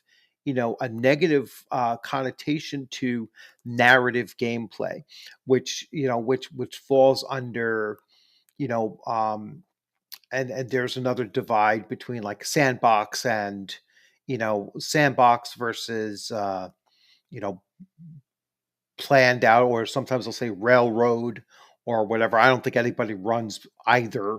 I think that, it's everyone usually a falls mix. Yeah. somewhere, a mix in some place. You have to have a certain amount of narrative and a certain amount of pre-planned. If you're showing up to your table as a GM with no clue what you're going to do, it's entirely up to the players to decide what you're doing. You're going to have a lot of wasted sessions of, oh, I don't know what I want to do. What do you want to do? And no one's role playing at that point. They're just talking as a group of players at a table. What do you think our characters are going to do now? That will be most of your sessions will be, just, screwing around, Well, trying to see, figure out what to do it's next. it's really So, interesting there. So, couple things. One, I wanted to return to your point earlier. Like you talked mm, about the OGL, and you're 100% right. The OGL was a massive change in tabletop role playing game, and so you're like, "Hey, Scott, look, the OGL came out, and all these indies did really great." And so you're like saying, "This is a point that proves you wrong, Scott." And I'm like, "Just mm, look at your statement, right?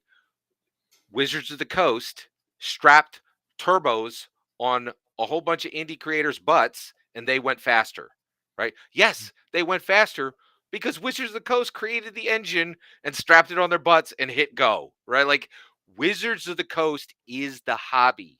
We are niche, right? And I understand that there are multiple tabletop role playing game creators, but there's only one that matters. And the reality is you just talked about the OGL, right? And I'll throw it back to you, right? So Dungeons and Dragons, 1974, hits a stake in the ground, creates the entire hobby, right? 1986, Dungeons and Dragons has the first CEO and president as a woman, right? More progressive than any tabletop role playing game. Pathfinder had a CEO, but I don't think she was the president. Also, right? And then it just keeps going, and then OGL hits in 2000, right? And it's just innovation on innovation on innovation. And my issue with the OSR is there's no innovation because they're fundamentally copiers. They're copying the original. You're never going to get a Xerox that creates a brand new beautiful painting. That's no, why that's first of all. OGL cannot be a 100% copy.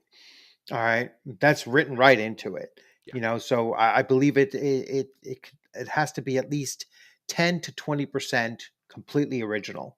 Um, so that's one absolutely thing, true. You're right there. and that 10 to 20% is usually those things that really make it stand out.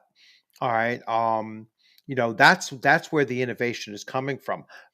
Almost no board game is innovative, at greater than 50%. You know what I'm saying? It's like there's just, you know, everything is going to be a derivative of what came before. Um it's just going to have, its own twist on it, and that's where you get most, who's writing a new genre, in fiction. Who's writing a new genre in fiction? There's, you know, I mean, cyberpunk is probably the most recent new genre, Yeah, yeah. and that's 40 years old or more. You know what I'm saying? Like, maybe somebody in the gallery can say, what is the newest genre in fiction? Oh, there's quite a I few. can Urban fantasy, that's relatively new. Urban fantasy has been around for, you know, um, 20, 30. yeah, 20, 30 years. But that's Is relatively that new when it comes to new? books. Books are like 500 years old, right? So Well, my no, the point, book yeah. a lot And longer so, older than that, but still, but tell it's me where like, I'm wrong. Like I just gave you three innovations that are real from Dungeons and Dragons. What's a single innovation from the OSR? well, I don't know if Advantage Disadvantage is originally from 5e. And see, that's a great point. I don't even think it was either. But No, it, it's it and it not. didn't matter until in D&D people didn't care. No, Right? no, And no. that's the other issue is do you think that's going to change in the OSR? Do you think the OSR is going to be able to make history, make their games important as Americana, make people outside the tabletop role playing game see their stuff? Do you see anybody doing that? Anybody in the OSR space doing that?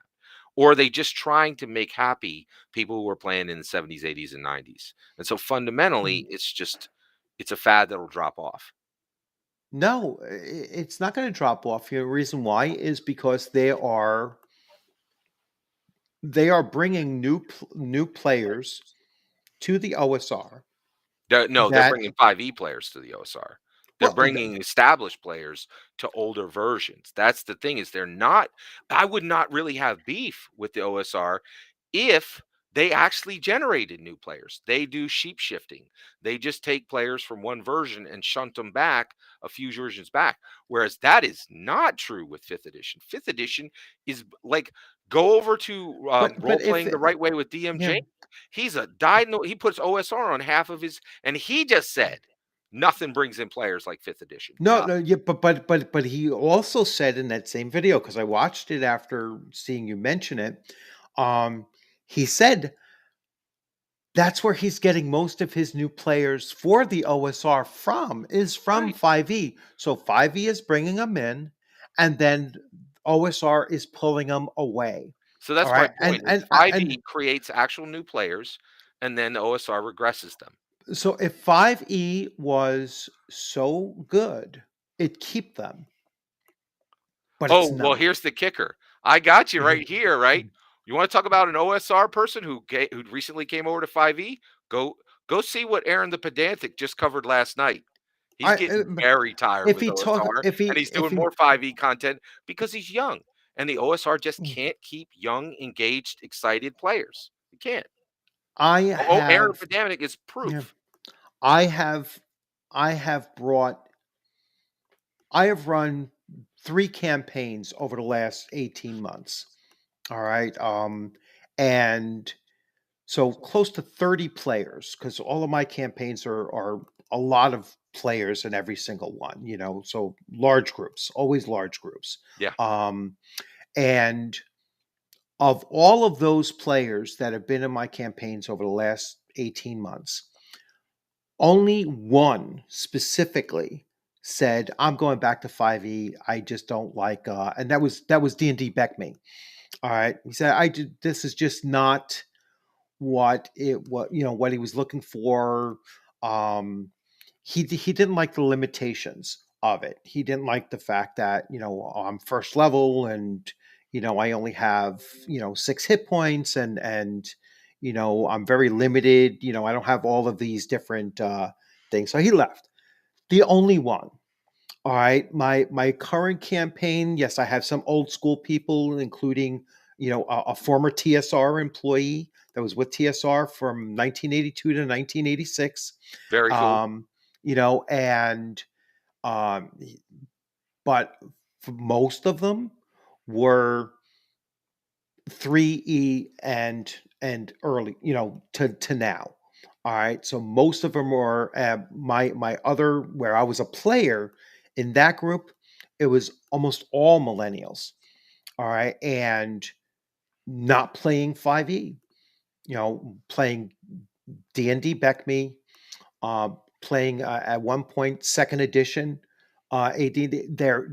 They come over and they're like, hey, you know what? These are, you know, it's the same game in its simplicity, in its simplest form, and they like the challenge of it. It's like Mm. there's no, they start to see like, wow, it's like, and I know a lot of people say it in a derogatory way, and I think it's probably a little bit of hyperbole, but 5e is playing superheroes in a fantasy setting. All right. Your characters are too powerful, especially once you get beyond the 5 to 7 range. Once you get beyond the five, and you've even acknowledged this, most people want to start at level 3. It's like, Oh yeah, so, yeah. I level started 3, level level 4. 4, and they want to be on the verge of that power bubble to So begin with. I here, think it does a disservice to the it does a disservice to the game that you're playing and the hobby in general if you're bringing in players at a with characters at the point when they're just about to hit that power curve. All right, and go ahead. here's my take. All right. So first of all, you think that your players are staying in your done in your older done it was D&D 1 or Beck it was Beckme, right? So Yeah. you think that they're playing your players are staying in these older versions of Dungeons and Dragons because the game is compelling for them. I don't think that's the case, right? And here's why. So I think the reason your players stayed is the same reason my players stay generally. Once a dungeon master gets in and you got the kind of experience that I have or that you have, I'm convinced at the macro level, at the 51% level, dungeon masters are all charismatic, confident, and intelligent. And you're that, right? You're charismatic, confident, and intelligent. And then once you get them in, you could have them playing Fate Fudge, you could have them playing Pathfinder. It wouldn't matter, right? You're engaging with them, and you're using some of the mechanics of Dungeons and Dragons, and the reality is they're responding to you, right? So any good dungeon master or good game master can keep players engaged with any game they're playing.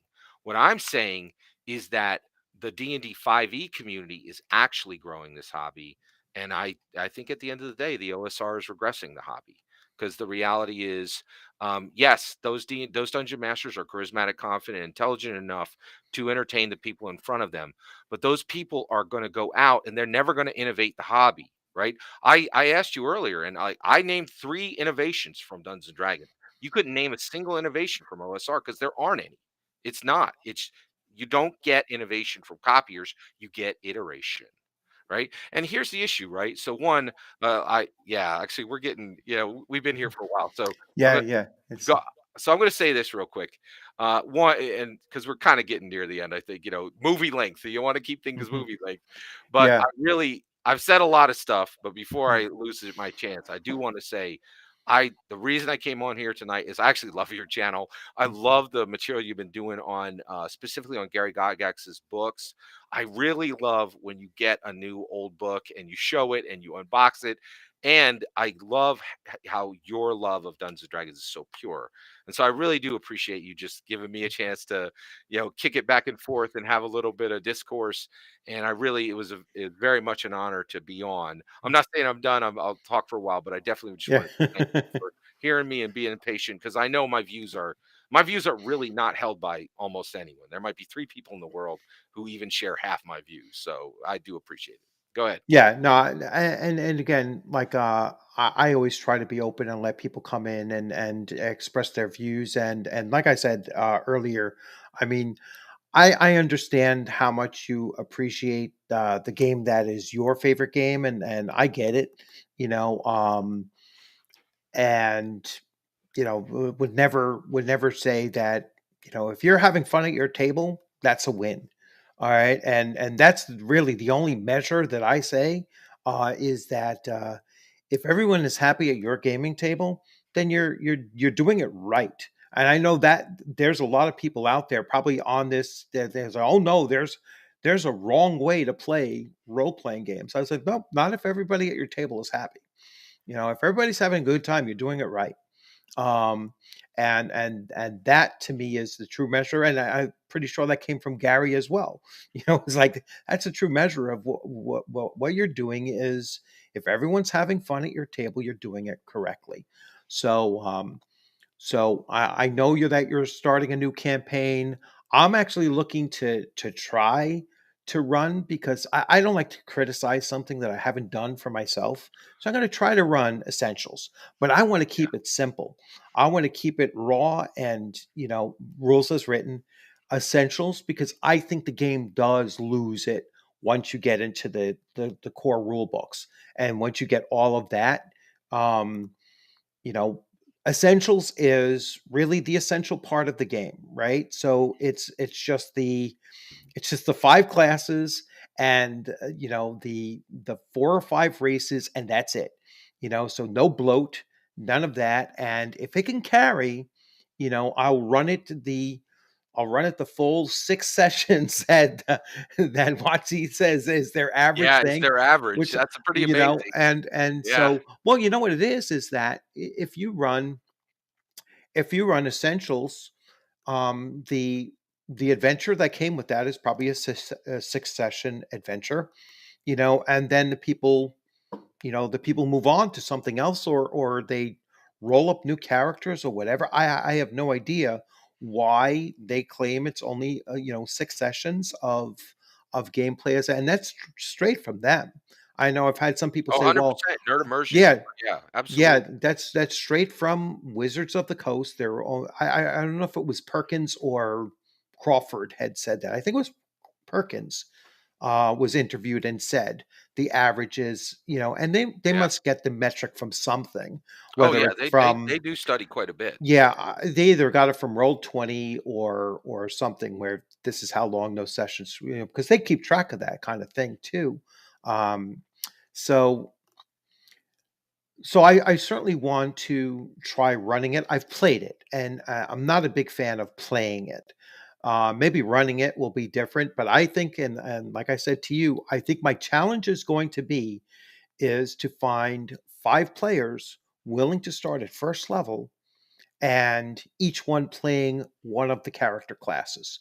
They can play whatever race they want, but each one, I want the character classes each represented, so we can see, in kind of like a scientific way of how it actually measures up. Then what I might do is, after that session is done, or the 6 sessions, once we go through from level 1 to 6, then switch it up and say, all right, if the 5 of you want to, let's try to run Moldve. All right. And see what their impression is. Not my impression of it. I'm going to ask them, what is your impression now of running, you know, um, Keep on the Borderlands for just 6 sessions, So, one and see Go and ahead. see how it compares. So, one, I'm definitely going to Mhm. applaud you trying 5e. That's a big deal, right? Because I think, and actually, I really think I could be wrong about this.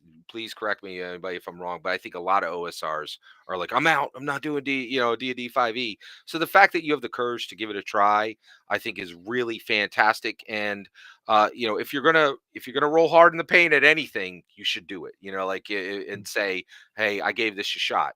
The one thing I'm hoping will happen, and I'm curious what will happen when it does, is you're like, I'm gonna run this Dungeons and Dragons Essentials kit, and then I'm gonna roll them back to Moldve. But what happens if you are a good Dungeons and Dragons 5th edition dungeon master and your players are like, bet Strixhaven just dropped. Run Strixhaven for us. Never, Well, never. no, I'm just serious. Yeah, Like, if you had players who were engaged and were saying, "We want to see your version of this," that's my point. Is like, why would you return? Why would you try to drag them back to something that you used to enjoy, rather than dropping in and engaging with them on something that's now?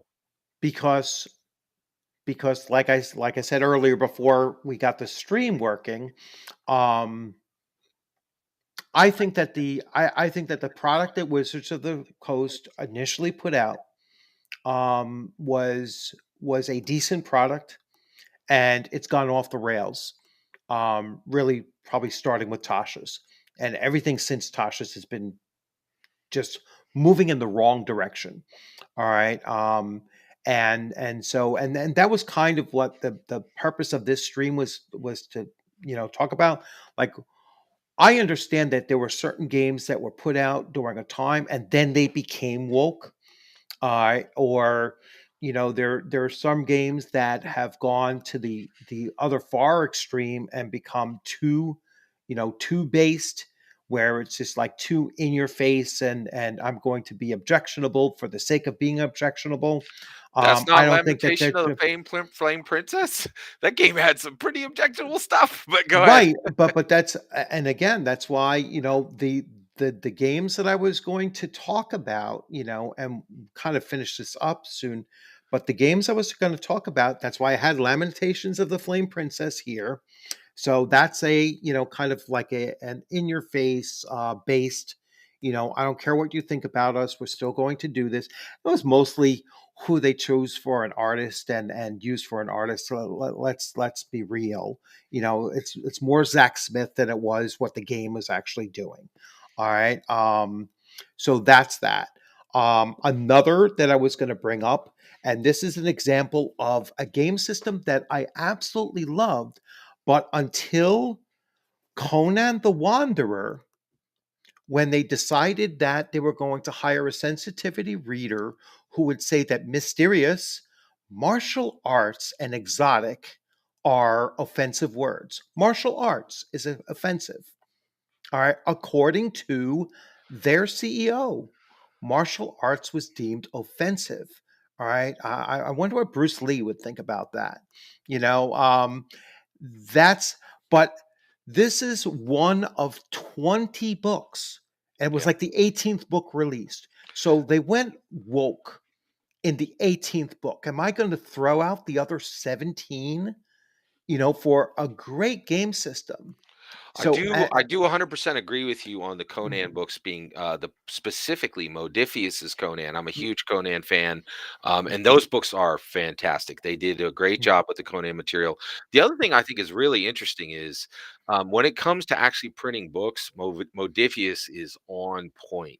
They're probably the best tabletop role playing game printers in the world. And one of the things that well, first of all, I don't think that Conan game is really an OSR game. I think it's a modern tabletop role playing game. no, yeah, it is. Yeah, it's not. It's No, definitely it's not. it's not OSR.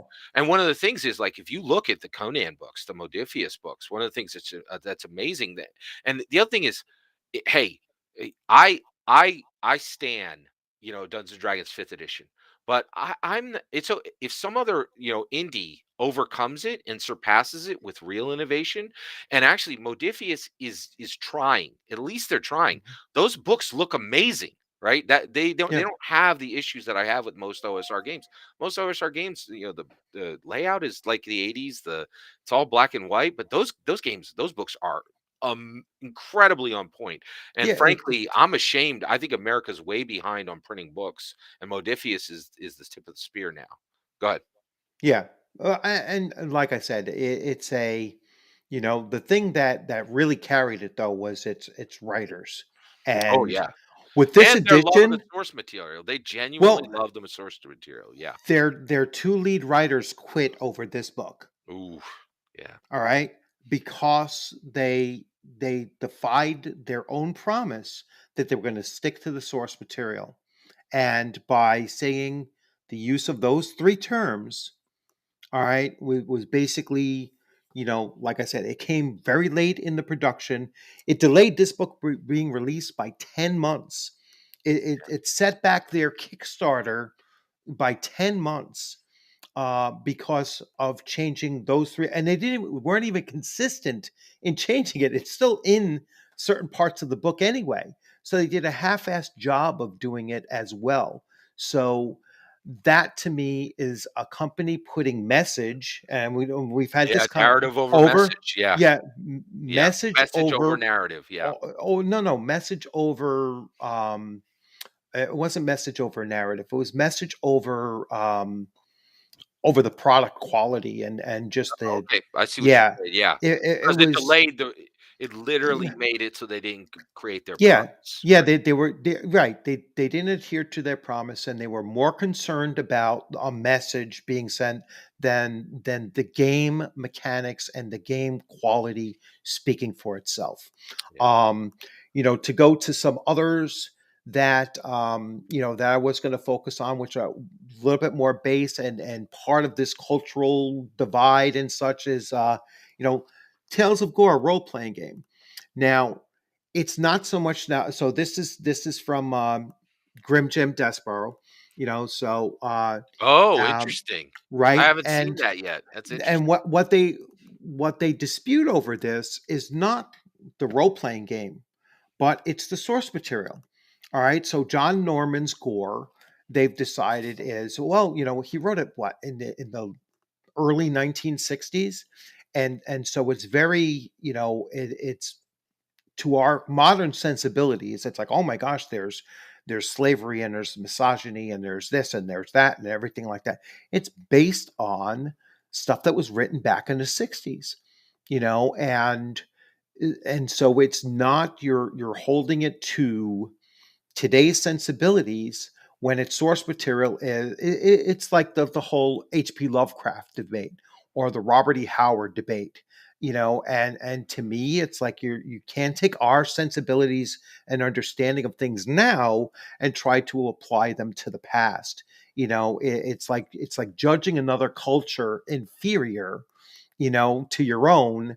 Well, you could do that across time as well, and say, well, you know what, they don't reflect our sensibilities today. And that's why I point to that ridiculous disclaimer that Wizards of the Coast puts on all of its TSR IPs that they own and they're willing to make money off of, but they will degrade everyone associated, including the player base of all TSR products. And so that's where I, you know, kind of drew the line, that I would no longer purchase any of their new stuff as long as they have those things on there. So, and that's where I start drawing the line when I say, when is too woke, for me, or when do I draw the line and saying, I don't care how good the product is, I'm not going to buy it. And it's when those lines come across, like Evil Hat. I will never touch anything that they produce. All right. Because they don't want me to. All right.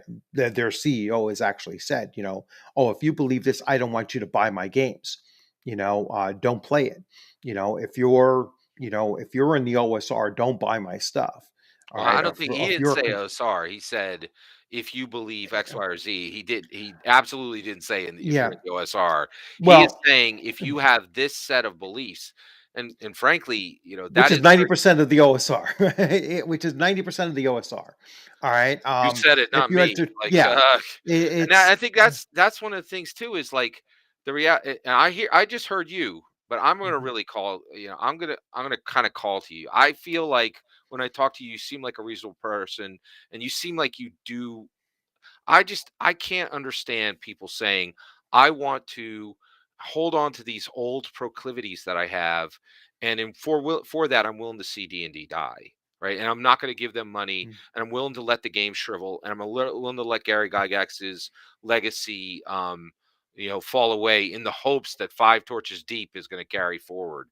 To me, it's frustrating to see people who, you know, saw what Gary did and saw how progressive he was and how he made this thing that brought uh, you know, Chinese people, actually, brought Asian people and black people and white people together, right? And we could do this thing that was special and wonderful. Gary was progressive. Gary was woke. He wasn't based like that. And so I would really challenge you to really think: are your old proclivities so important to you that you're willing to let Gary's legacy die? Uh, I don't think it should be. Let's see. Here, I'll put up this here. Oh, it's just shifted far. Let's see. So this is one of your players, right? So Goodman Yeah. Games is Actually, doing no, a great Gibson's job. one of my commenters. He's Yeah. All yeah, right. go right ahead. All right. So now again, Goodman Games, which I know you mentioned it. You thought it was Frog God, but it actually was Goodman Games. I Yes. actually like Frog God better than Goodman There Games. yeah, I know there's a Yeah. lot of fans for Yeah. them. Yeah. Um, and that was another company that was kind of floated out there as that is, producing stuff that actually could become at the leading edge of um the OSR. I think that of those, like, could have said basic fantasy like 2 years ago, perhaps, but I think Frog God has surpassed, certainly them, Oh, and well, probably actually, I beyond mean, Goodman OSC. Games go ahead. I'm sorry. But yeah, but Goodman Games is a throwback to the past as well, though. I Oh, mean, they've been definitely. they've been they've been producing stuff for, forever. I mean, not quite as long as like Judges Guild, I guess, but you know, that's. I mean, again, they're strictly OSR. I mean, they're a throwback. They're copiers, if you want to, put it that way, because all they're doing is they're converting old stuff to 5e. So again, they're the reboot, as opposed to being innovative. Well, they did do something innovative within the OSR, and that was they got the official D&D stamp on their product. That is incredibly difficult to do. So they were like, "Hey, we're going to make this OSR product, but it's going to have the real D&D D ampersand D, the actual and that's the magic that they created because Everything Wizards in Yeah, everything in the DM's Guild has that too, though. No, absolutely not. You mean as far as the Dungeons& and Dragons label? I Yeah, don't think I'm not sure. I think it says DM's Guild on it. And the reality is that the DMs and plus a lot of that stuff isn't even under print. And so yeah, here's the issue. The mm, OSR makes their stuff and Wizards of the Coast ignores them. Goodman Games came out of the shadows and was like, "Hey, we'd like to take your old versions and make them for D&D 5e." And that's something truly unique. When you see OSR that gets anointed, right? Like it gets you are official now. And that's the kicker is like 5e is nothing. Anybody can slap that on their book. But D&D 5e, yeah, but Dungeons and Dragons with the official seal, that's incredibly rare. It's incredibly rare. And the bec- guild as a whole, we can break that mm, can open, yeah, but because that's a different yeah. thing. Okay, we're a little over 2 hours now, so we are going to wrap this up. So once again, thank you, thank you. Do you prefer I J go by Scott Scott. or Dick Scott? I go by Scott. Yeah, Scott Scott. Garibay. And Well, so my name is John Scott Garibay. When I sign, I go J Scott. And so a lot of times I'll say J Scott. But it was real honor. Thank you very much for having me on. And I know this is a risk for you because, mm, like, a lot of people just. I'm definitely a dude standing in a field saying mm. something that nobody else is saying, and it's a very much an honor for you to have me on. I very much appreciate it. Thank you. Yeah, well, thank you for coming on, and it was. I knew it would be an interesting conversation. I knew it would be a long one, and I knew that there would be some back and forth. And you know, Worth every I, I, minute. yeah, I don't know if we're going to agree on very many things, but we probably came to like 10% agreement. Yeah, And and I think and I and think we'll it's see. great We'll to see. I think people on different sides of the fence having that conversation over the fence and having a healthy Mhm. discourse is a really good thing. And so I appreciate it. Thank you. All right. So everyone else, thank you for thank you for coming in. Thank you for putting up with the tech snafu, and thank you, thank you, John, for the help with that. Although I still don't know what I did to actually get it to work. No That's worries. that, but we'll keep on practicing, and maybe And we'll get something hit me going. up anytime you Mhm. need to have tech Yeah, questions. I'll definitely yeah, help. and yeah, I appreciate that. No worries. And for those of you that left comments, hopefully. I highlighted enough of them out there for you. If I missed you, then feel free to leave a comment in the section, and I'll talk about it in an upcoming video. Kind of do like a recap of this. So again, thanks for joining, everyone, and you all have a good night. All right, let's end stream. Let's see if this works.